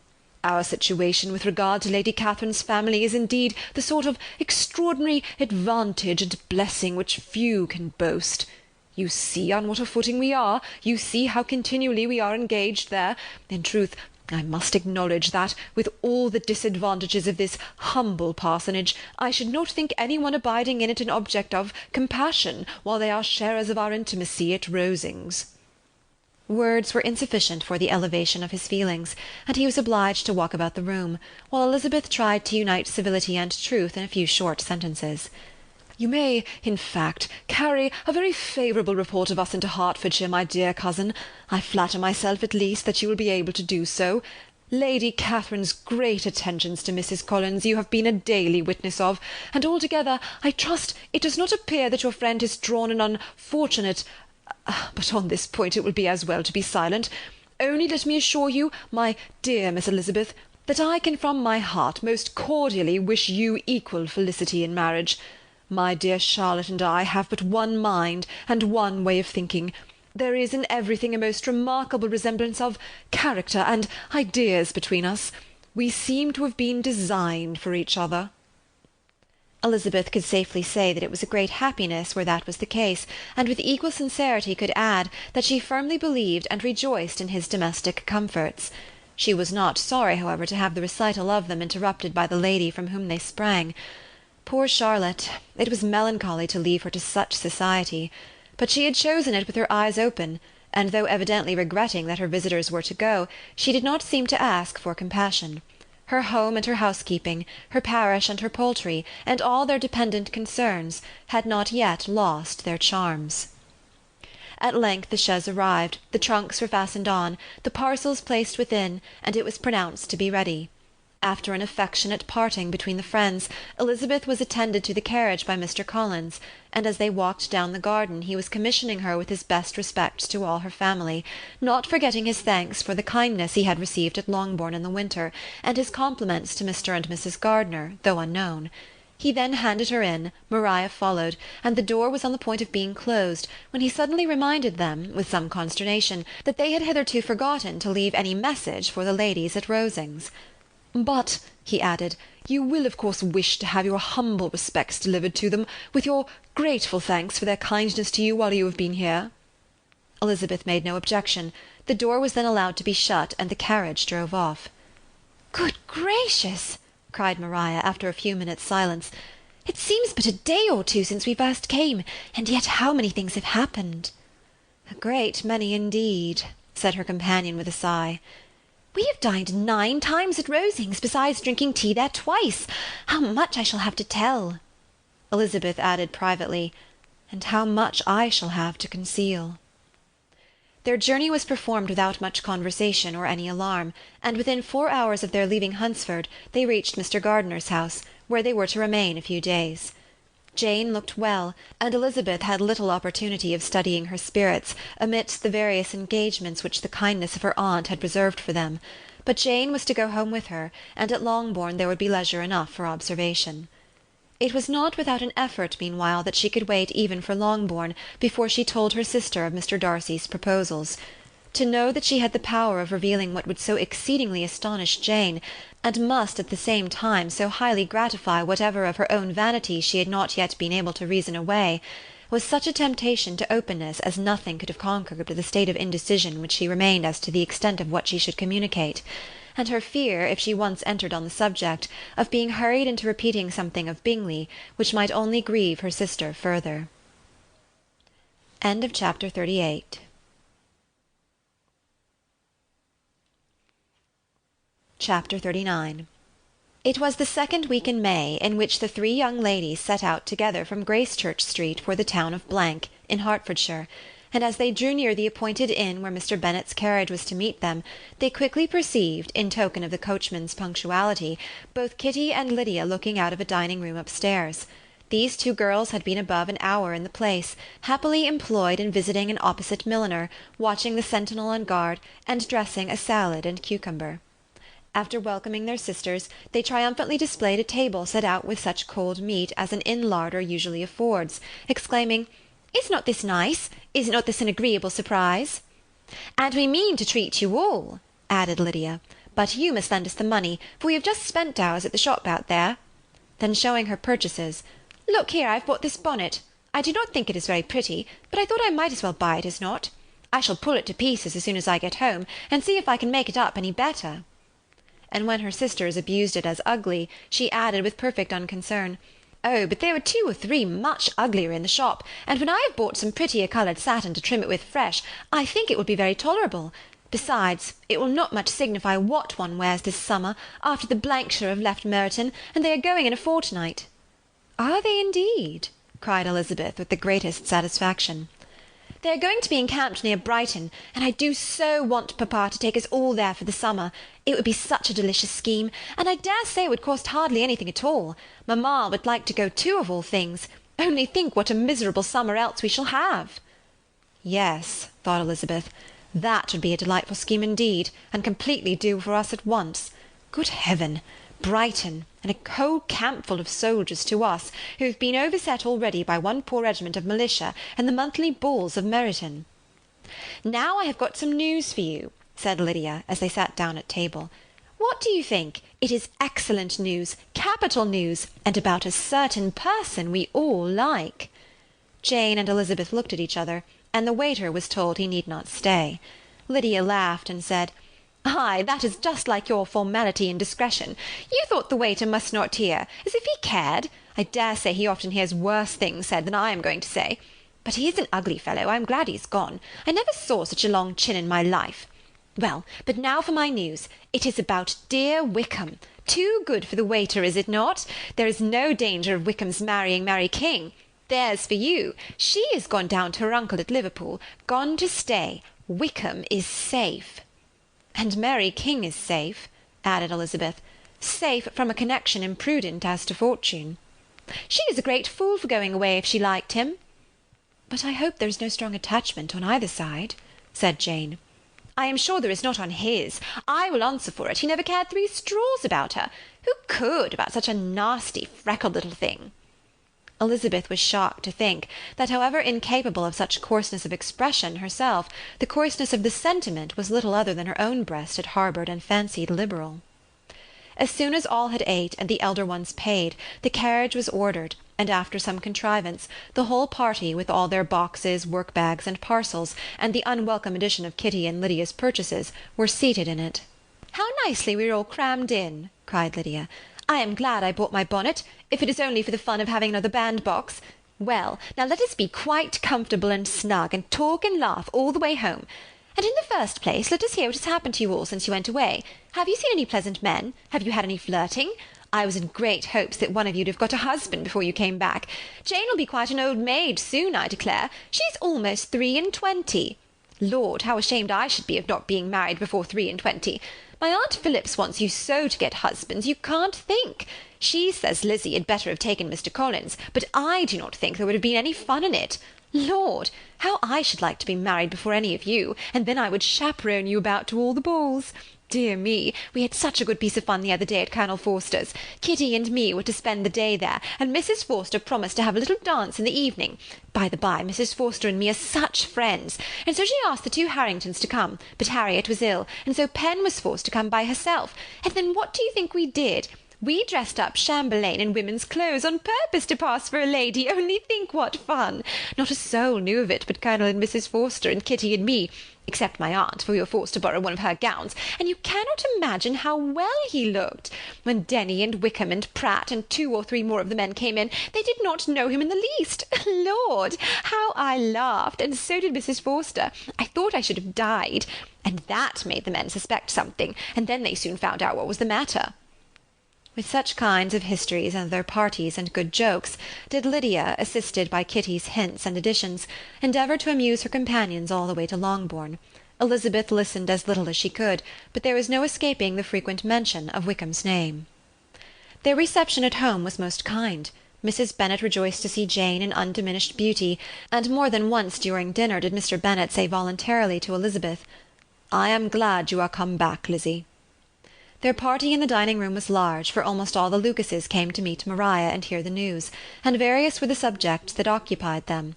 Lady Lucas was inquiring of Maria after the welfare and poultry of her eldest daughter.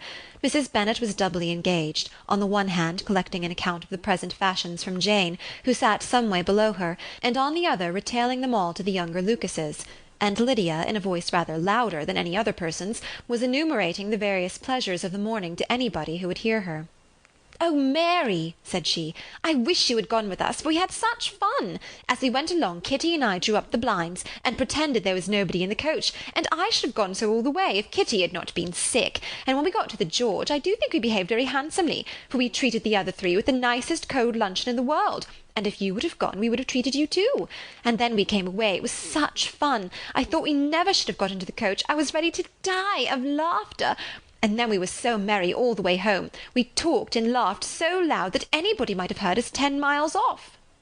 To this Mary very gravely replied, "Far be it from me, my dear sister, to depreciate such pleasures. They would doubtless be congenial with the generality of female minds, but I confess they would have no charms for me. I should infinitely prefer a book." But of this answer Lydia heard not a word. She seldom listened to anybody for more than half a minute, and never attended to Mary at all. In the afternoon Lydia was urgent with the rest of the girls to walk to Meryton, and to see how everybody went on, but Elizabeth steadily opposed the scheme. It should not be said that the Miss Bennets could not be at home half a day before they were in pursuit of the officers. There was another reason too for her opposition. She dreaded seeing Mr. Wickham again, and was resolved to avoid it as long as possible. The comfort to her of the regiment's approaching removal was indeed beyond expression. In a fortnight they were to go, and once gone, she hoped there could be nothing more to plague her on his account. She had not been many hours at home before she found that the Brighton scheme, of which Lydia had given them a hint at the inn, was under frequent discussion between her parents. Elizabeth saw directly that her father had not the smallest intention of yielding, but his answers were at the same time so vague and equivocal that her mother, though often disheartened, had never yet despaired of succeeding at last. Chapter 39.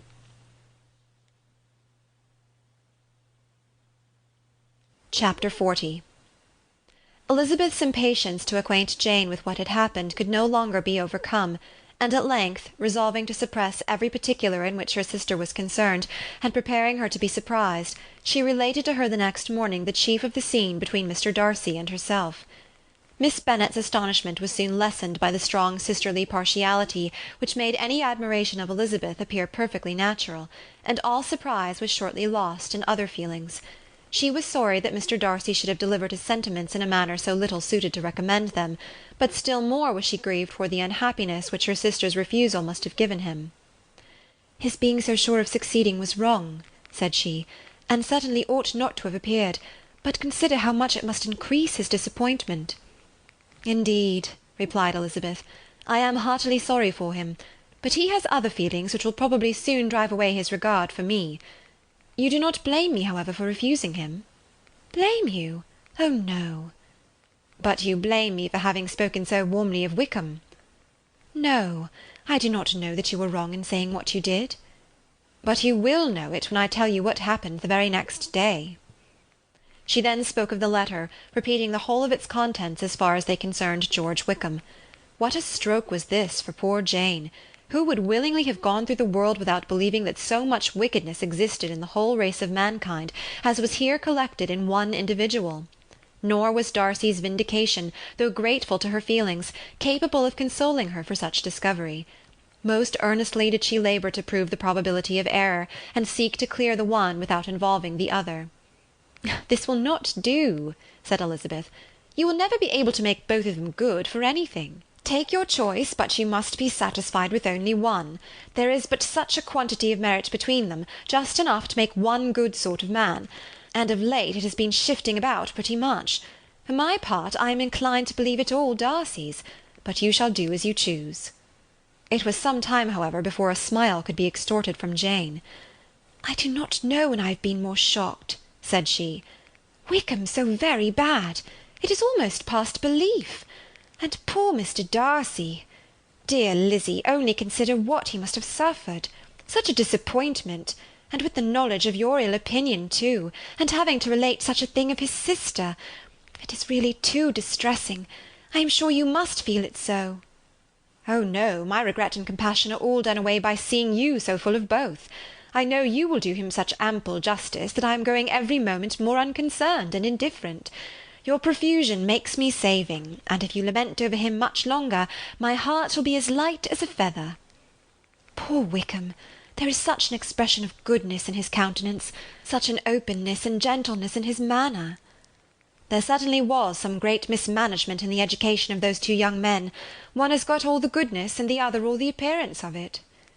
"I never thought Mr. Darcy so deficient in the appearance of it as you used to do."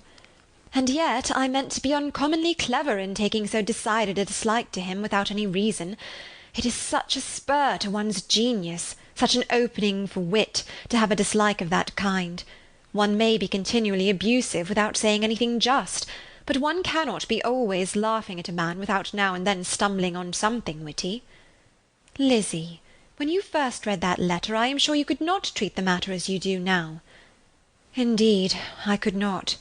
I was uncomfortable enough, I may say unhappy, and with no one to speak to about what I felt, no Jane to comfort me and say that I had not been so very weak and vain and nonsensical as I knew I had. Oh, how I wanted you! How unfortunate that you should have used so very strong expressions in speaking of Wickham to Mr. Darcy, for now they do appear so wholly undeserved. Certainly. But the misfortune of speaking with bitterness is a most natural consequence of the prejudices I had been encouraging. There is one point on which I want your advice. I want to be told whether I ought, or ought not, to make our acquaintance in general understand Wickham's character. Miss Bennet paused a little, and then replied, "Surely there can be no occasion for exposing him so dreadfully. What is your opinion?" "That it ought not to be attempted.